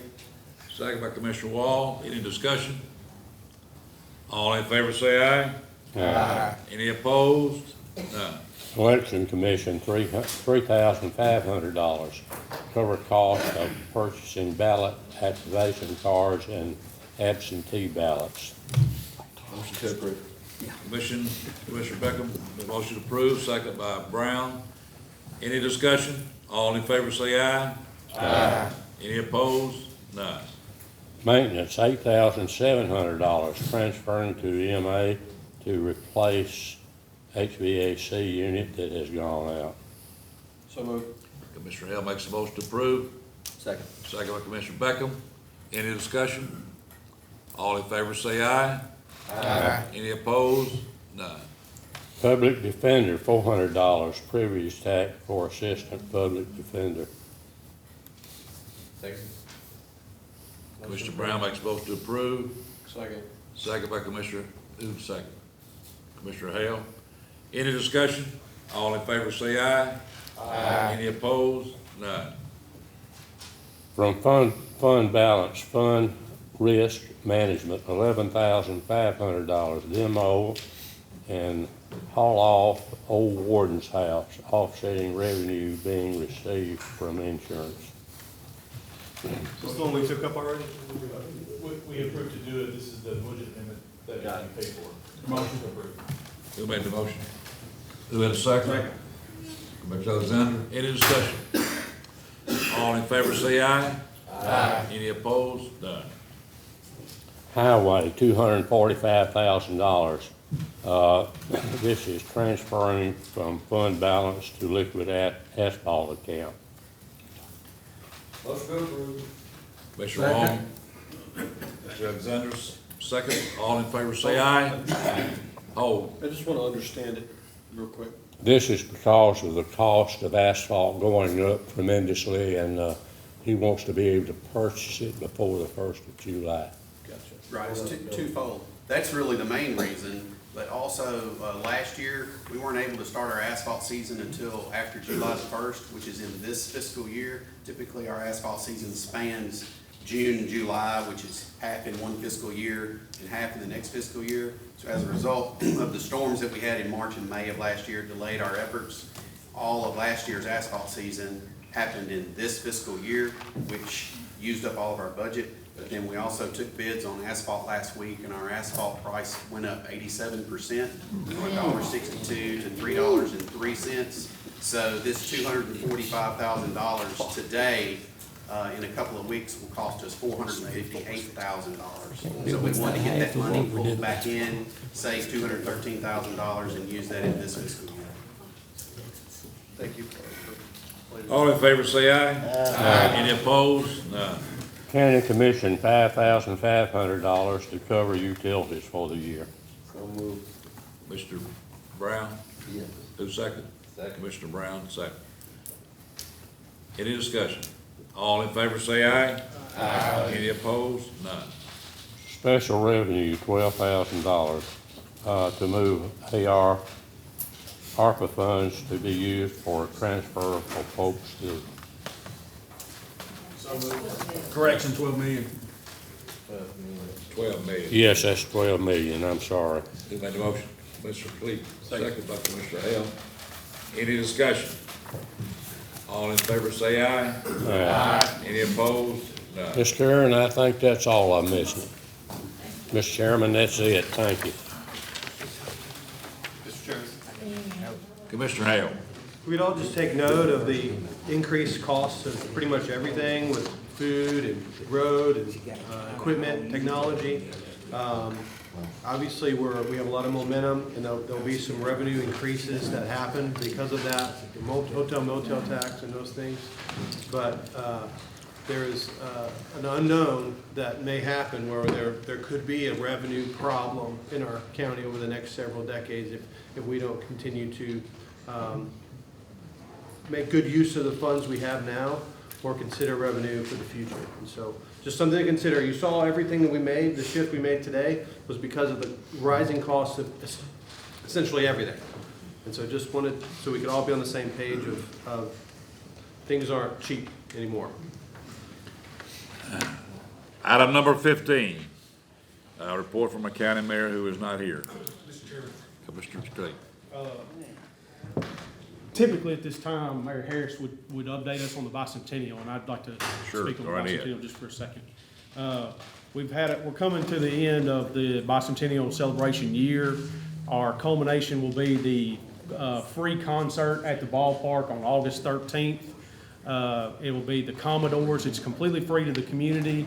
The opening act will be Lolo. You mean the Commodores that I remember? Yes, the Commodores you remember. They're older than me. Minus a few. Yeah. So they're coming. It's going to be for free. It's going to be a great event. Earlier in the day, we're going to have a parade downtown, and we're also going to be burying a time capsule to be open 50 years from now. Right now, we are taking submissions for ideas to be included in the time capsule. You can submit ideas on social media, the website, jacksonmadison200.com, or social media, Facebook and Instagram and all that other stuff. We're taking ideas for submission right now, and that'll cut off on July the 15th. So a little less than a month from now, it's when we're going to stop taking submissions for ideas for inclusion in the time capsule. The closest upcoming events would be this Saturday. We've been having events called Heritage Days that are all across the county, recognizing the individuality of each community. This weekend on Saturday, it's Mercer. So if you're available on Saturday, head on down to Mercer for their Heritage Day. And then First Friday Forum is something that we've done every month since we've started the bicentennial. I know it's counterintuitive, but this next month, it will be on July 8th, and then if y'all look at the calendar, that'll be the second Friday of the month, but we're skipping the first because of the association with the July 4th holiday. Our speaker will be J.R. Ross, the CEO of West Tennessee Healthcare, and we'll be talking about the history of healthcare in our community. So Mercer Heritage Day coming up this Saturday, and then First Friday Forum next month, and please participate in the bicentennial. The night before the concert and the parade and the time capsule burial, this will be August 12th, we will have the bicentennial choir. This is a choir that's going to be composed of 200 of the best singing voices, so I won't be on it, but the best 200 voices in our community will be putting on that concert on the Friday night before. So thank you. Thank you. That committee has done a phenomenal job in putting us together over the past year. It's outstanding. I have one question. Commissioner Brown. Will Commissioner Jason Compton be singing solo in the choir? Absolutely not. But you could. Yeah? You could sing. I'm going to do Michael Jackson breakdance. I second. Item number 16. Bring the Benny A. We have the honor of having Mr. Stan Pilot with us today. He will cover 16 and 17.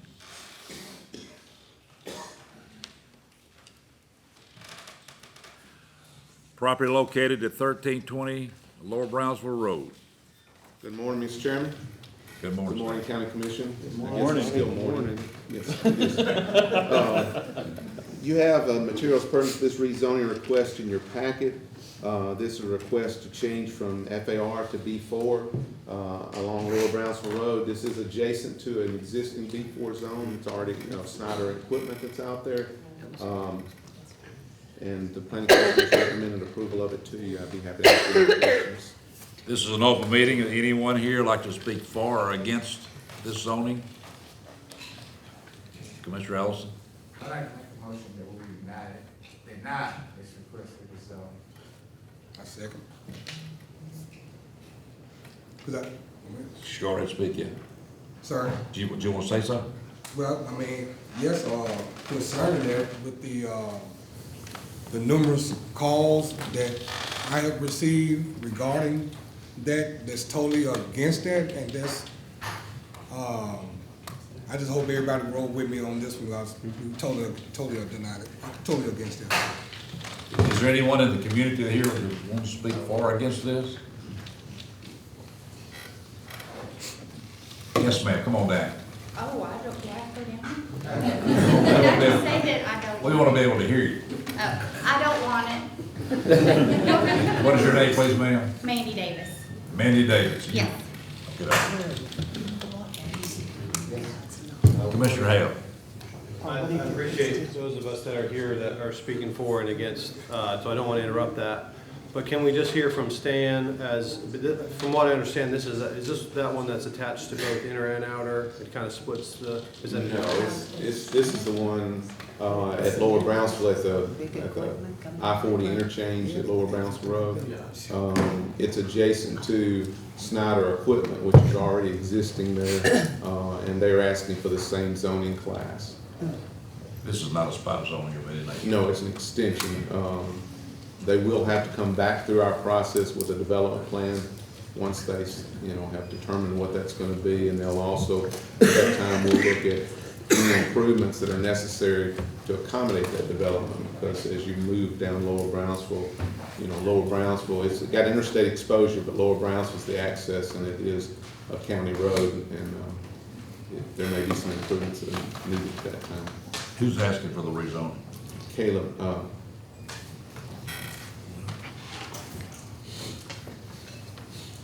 okay, it's, yes, Caleb Merriweather. I haven't heard any, other than they don't want it, or to roll with them on it. Any reason, if it's your recommendation, usually we lean towards the committee that's done the research. And so I'm just curious, of the calls that you've gotten, the many calls, what is their complaint, and why are we wanting to not allow someone who's using the property in that way to continue to use it? Well, I haven't received any calls in my office, but that's not saying that the commissioners have not received any calls. They may have called them instead. Planning looks at things in terms of what's appropriate zoning wise, based on existing land use, based on what the zoning is in the area. Now, you as county commissioners, you can take any other things into consideration, but again, the commissioners would be more, have more information on people that have contacted them, because we haven't received any calls. Commissioner Ellison. Yes, sir. Thank you, Mr. Chairman. I'd just like to let Commissioner Hale know that we are the voice for the people in District 7. They say they don't want it, and we don't want it. So Is any of it here other than one Ms. Davis? That's enough. I just asked him, is anybody else here? I don't think so. We are voice. Yes, ma'am.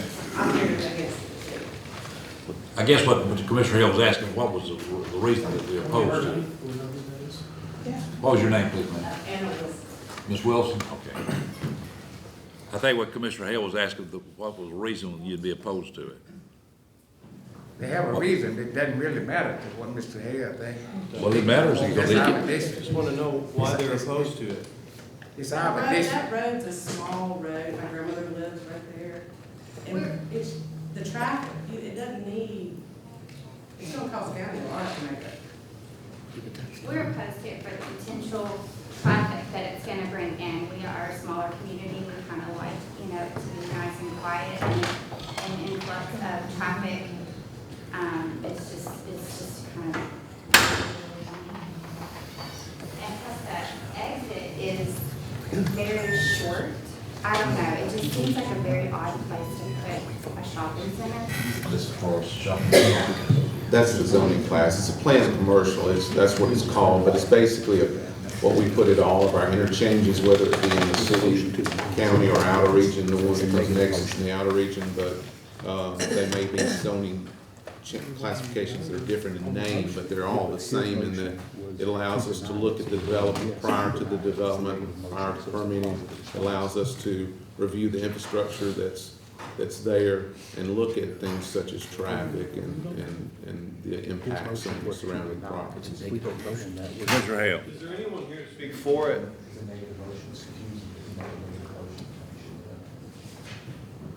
Okay, thank you. Call for question. Commissioner Thompson. Point of order on this, Commissioner Ellison's motion was to deny, so it's a negative motion. Negative motion, right. So a yes vote would be to deny. Correct. That's correct. In other words, I mean, you don't want that yes vote, mean we do not want it, right? That's correct. The negative motion, so it's a yes vote to deny. We have a motion and a second on the floor. Did you second that, Mr. Beard? So I'll call for question. One point of Commissioner information I just received was. I call for question. Apparently, Hadn't got a second. apparently it's for a billboard, not a shopping center. Beg your pardon? The request is for a billboard, not a shopping center. For a billboard. Yeah, that's just the information I received. So I don't think they. Question's been called for. Do I have a second? Second. Roll call. This is for the question, right? Or is for the motion? It's for the now. He made a negative motion. All right. So understand how you're voting. If you vote yes, you're voting against it.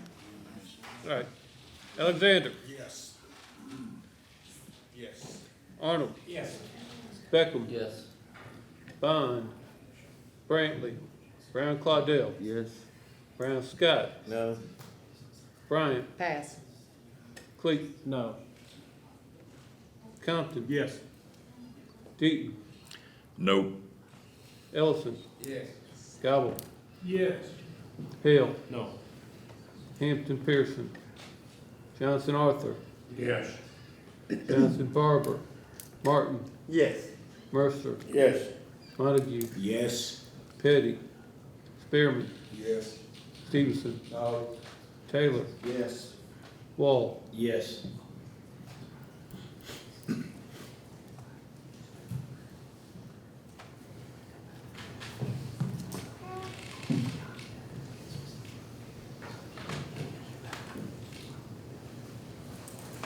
Anybody want to change their vote?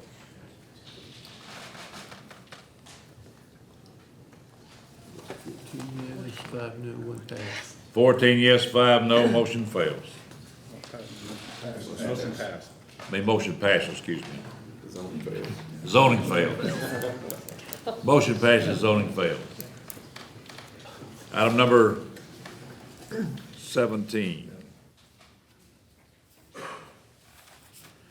Rezoning property located at Fly Road.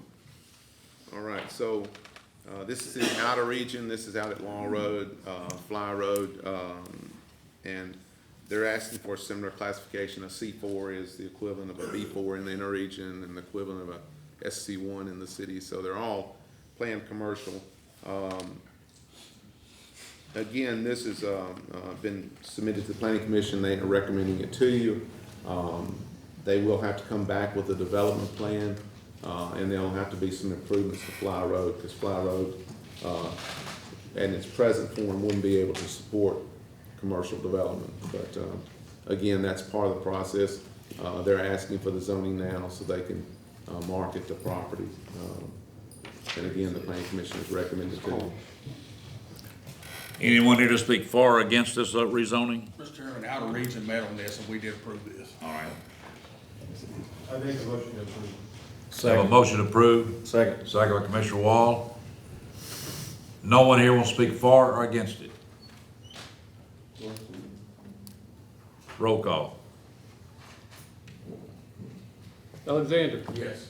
Arnold. Yes. Beckham. Yes. Bond. Brantley.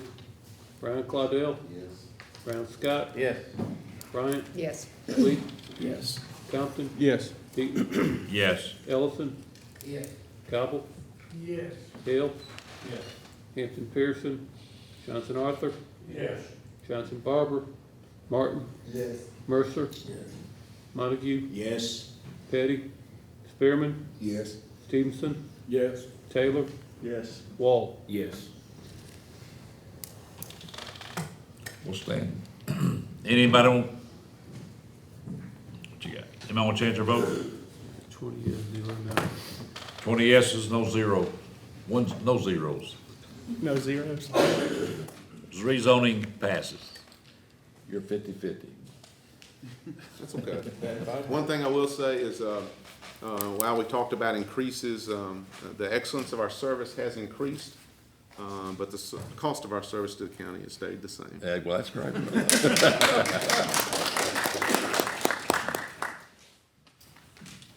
Item number 18, consideration of a resolution to increase the compensation of the Board of Commissioners in Madison County, Tennessee, and the Board of Education of Jackson, Madison County School System. Have a motion, Commissioner Brown, second by Commissioner Hale. Would there be any discussion? Call for, this Roll call. roll call. Alexander? Yes. Yes, sir. Yes. Thank you. Arnold? No. Beckham? Yes. Bond? Brantley? Brown Claudel? Yes. Brown Scott? Yes. Bryant? Yes. Cleek? No. Compton? Yes. Keaton? Yes. Ellison? Yes. Gobble? Yes. Hill? Yes. Yes. Thank you. Hampton Pearson? Johnson Arthur? No. Johnson Barbara? Martin? Yes. Mercer? Yes. Montague? Yes. Petty? Spearman? Yes. Stevenson? Yes. Taylor? Yes. Sir? Yes. Thank you. Wall? No.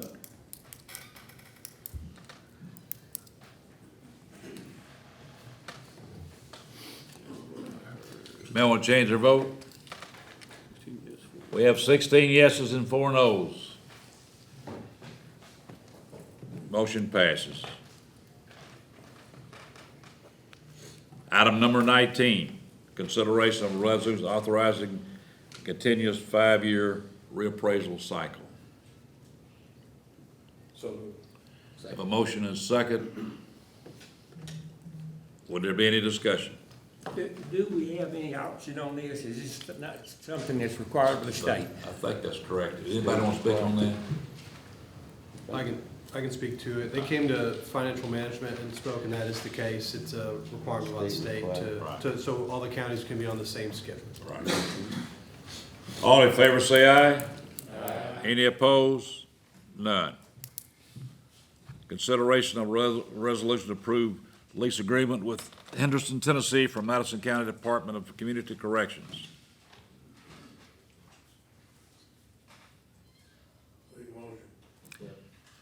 Motion by Commissioner Mercer, second by Commissioner Brown. Any discussion? All in favor, say aye. Aye. Any opposed? None. Item number 21, consideration of resolution to approve lease agreement with the Lexington, Tennessee from Madison County Department of Community Corrections. Commissioner Brown, Commissioner Beckham. Any discussion? All in favor say aye. Aye. Any opposed? None. 22, consideration of a resolution to approve lease agreement with Jackson, Tennessee from Madison County Department of Community Corrections. Motion approved. Commissioner Wall. Second. Second, Commissioner Hale. All in favor say aye. Aye. Any opposed? None. Item 23, consideration of a lease agreement with FBO, the Madison County 26th Judicial District Drug Court. So moved by Commissioner Hale, second by Second. Commissioner Wall. Any discussion? All in favor say aye. Aye. Any opposed? None. Item 24, resolution adopting Madison County's investment policy and authorizing the Finance Management Committee to perform the functions of an investment committee. Motion. Make a motion. Commissioner Alexander, second by Commissioner Mercer. Any discussion? Discussion. All in favor say aye. Discussion. Commissioner Brown. Yes, give me a definition of what you're talking about, it becomes an investment committee. What's the mission? Commissioner Hale. From my understanding, this came before the Finance Committee, and the 1981 Act that we've adopted describes the requirement to have an investment policy, and that be managed by an investment committee. And in lieu of creating another committee, the committee I made the recommendation to adopt the policy and it be managed by the Financial Management Committee. That's been handled with John Newman in the past. That's been normally the trustees. Trustee. You say, what, is that what you're saying? Well, it was, in past committees, they delegated that responsibility to the trustee, and going forward, we're bringing it back into the financial responsibility of the finance director. To be the oversight committee of that would be the financial manager. Any other discussion?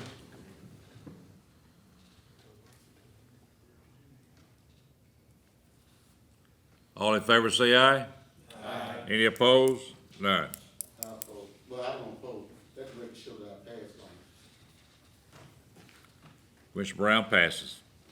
Item number 25, appointment of one member to the Civil Service Board by this body, 3-year term, Lee Grinnell, incumbent. Mr. Chairman, I make a motion that we table number 25 through 31. These are appointments to committees that will basically only be there for a month. We're not meeting in July, and then the August election will prove to show different members at that time, so we'll have to redo that in September anyway. So I would motion that we table this until our August meeting. 25 through what? 31.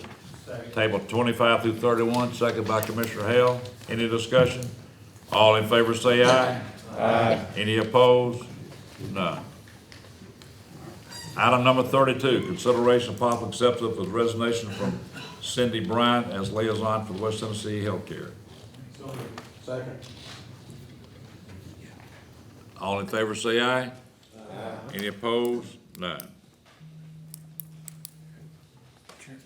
Item 33, consideration of possible acceptance. I'm gonna take a little break before we get to the budget. You want a break? Take 5 minutes. Only old people want breaks. 1, 2, 3, 4, 5, 6. 5 minutes. Have a motion to make a 5-minute break. Second. All in favor say aye. Aye. You're not old. You're not old. Yeah, he ain't-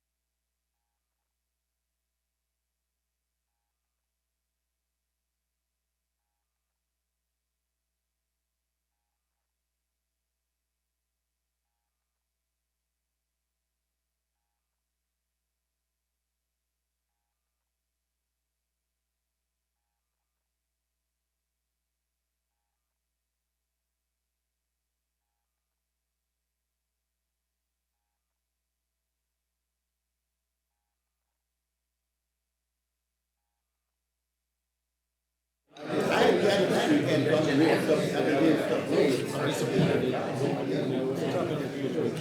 we at? I don't know. 33, I believe. No, we just did 33, didn't we?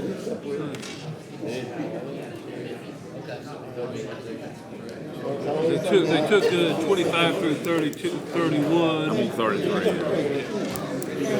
And I don't want nobody paying for it. There ain't not one good. Yeah. I think we did 33, didn't we? We ain't done 33. Yeah, I don't think we can go this calendar year. Start there.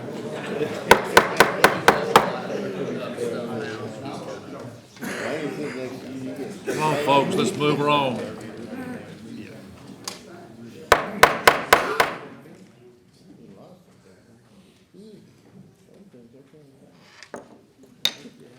We're on item number 33.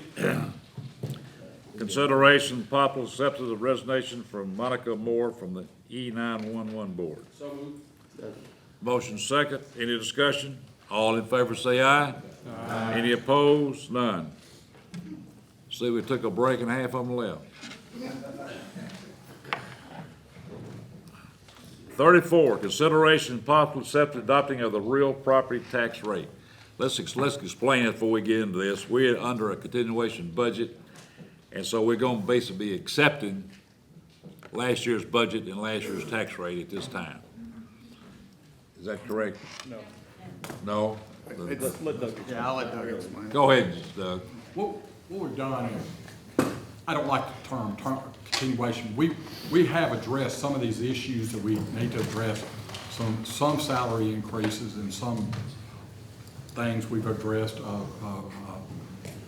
adding another person to the grant coordinator out to the finance department. So we have addressed that. Our problem is we're gonna have to keep the 235,017 number right now. In talking to Frances, she said we may be getting that number here soon from the state. However, they have to do their process.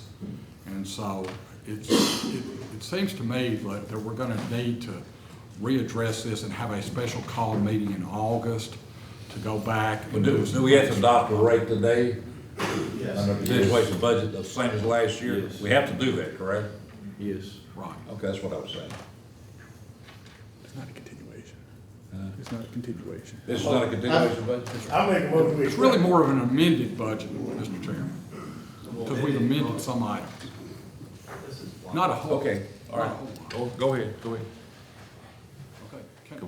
Commissioner Brown, I was just gonna say that this is routine for 100 years for various reasons. We have to set the rate, but we've changed and adopted permanently. I so moved that we've gone and adopted and proceed until we have a call meeting, work out the fine tuning. Second motion. have a motion second. Any discussion? All in favor say aye. Aye. Any opposed? None. Item number 35, consideration of possible approval of the Madison County Trustees listing of errors, double assessments, and correction on 220 tax roll in amount to be filed in Chancery Court for collections to be released from the trustee of said county.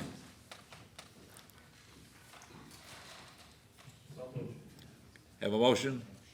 Second. Commissioner Johnson. Commissioner John Newman, trustee.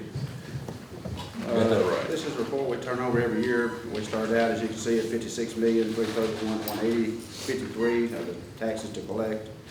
The changes that come through the year from the assessor's office is reflected there, the gains and the ones that's taken off the rolls. The main thing that I always look at is the bottom is a 0.93% delinquency rate. That's another record that used to run almost 7% 12 years ago. So we're doing a couple of things happen on that. One, good job of collecting. A lot of ways for people to pay. People pay, monthly or however they do, and cleaning up the rolls of who's not really exist, who doesn't exist, and who's not there, and that type of thing. So all those things collectively have made this number very low, and I expect that things are in place so that to continue. Do we have a motion, sir? Yes, motion. And motion say, any other discussion? All in favor say aye. Aye. Any opposed? None. Item number 36, consideration of possible adopting of the tentative 220-223 Madison County budget. I don't know what to say, Mr. Chairman. Let me mention a couple of things here real quick. Total budget revenues for this year are around $52,362,911. The expenses are $55,405,128. That gives us a deficit of $3,042,217. I don't want y'all to dwell on that as much because we've got several other things that with money left unspent. We got several things we feel like we're going to be in good shape. More additional, I was talking to Commissioner Arnold earlier about more additional funds coming in. So I just make a motion that we approve tentatively what we've done so far. I know we have several people that haven't seen. You say this is not a continuation of the budget, what do you call it? Tentative. If we haven't seen it, though, it's had changes. What'd you say, Karen? This has the raises for the employees in it, as well as some other adjustments made by departments, so that's why it's not a true continuation. Okay, I got you. So move Did you make a motion? I make a motion. Second. Have motion second. Commissioner Collins. I will just point out that also in this budget, the part of the budget that is the school portion, just to make mention to the full body that the schools have, it is a true continuation budget, that the schools passed their budget from last year, and Dr. King's anticipation and intent is to come in September and make changes to his budget once he gets everything worked out over the next 6 weeks. Commissioner Cleveland. I just want to say, I don't see how we can vote on if we haven't seen it. It hadn't been formally presented to us even as a tentative document. I haven't seen the tentative document, so I don't know how we can vote on that without having seen that. Commissioner Hale. From my understanding, we'll be able to see it over the next several days, as well as, we've got to vote on it again on the 30th. We got to ratify it on the 30th. And we can make amendments and motions and make adjustments to if we need to then. Question?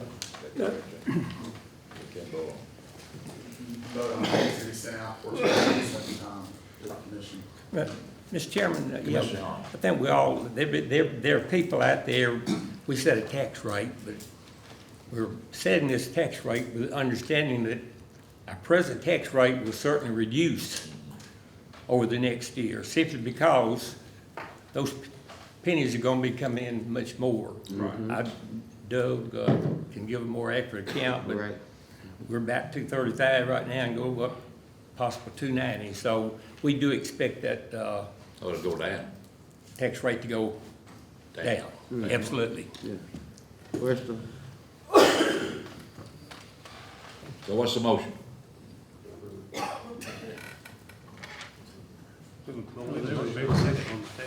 I understand what Mr. Clegg is saying. I just don't have any problem approving the tentative approval right now. Commissioner Brown. Mr. Chairman, old man privilege.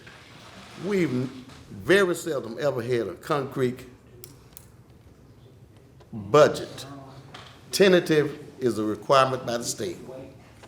So there's nothing to that. So it really isn't a big snowstorm. It's just that we have to work out the fine tuning between. That's why we end up having two meetings in June a few years ago. So we really don't have a big mountain in front of us. Very tentative. Commissioner Brown, I agree with that 100%. Thank you. There you go. All in favor say aye. Aye. Any opposed? None. Yeah, put me down, no. Yeah, I'm a no too. Have a no, 1, 2 noes. Any other? We'll be back on June the 30th to ratify this or make any changes that's required. And if we don't have all the information then we'll have to have a call meeting in August. Item number 37, election of notary publics. Commissioner Brown, second by Commissioner Martin. Any discussion? All in favor say aye. Aye. Any opposed? Item number 39. Item 38, any and all matters related to or connected with matters set forth in items 1 through 37.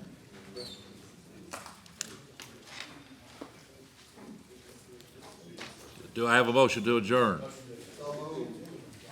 All in favor say aye. Roll call. Alexander. Arnold.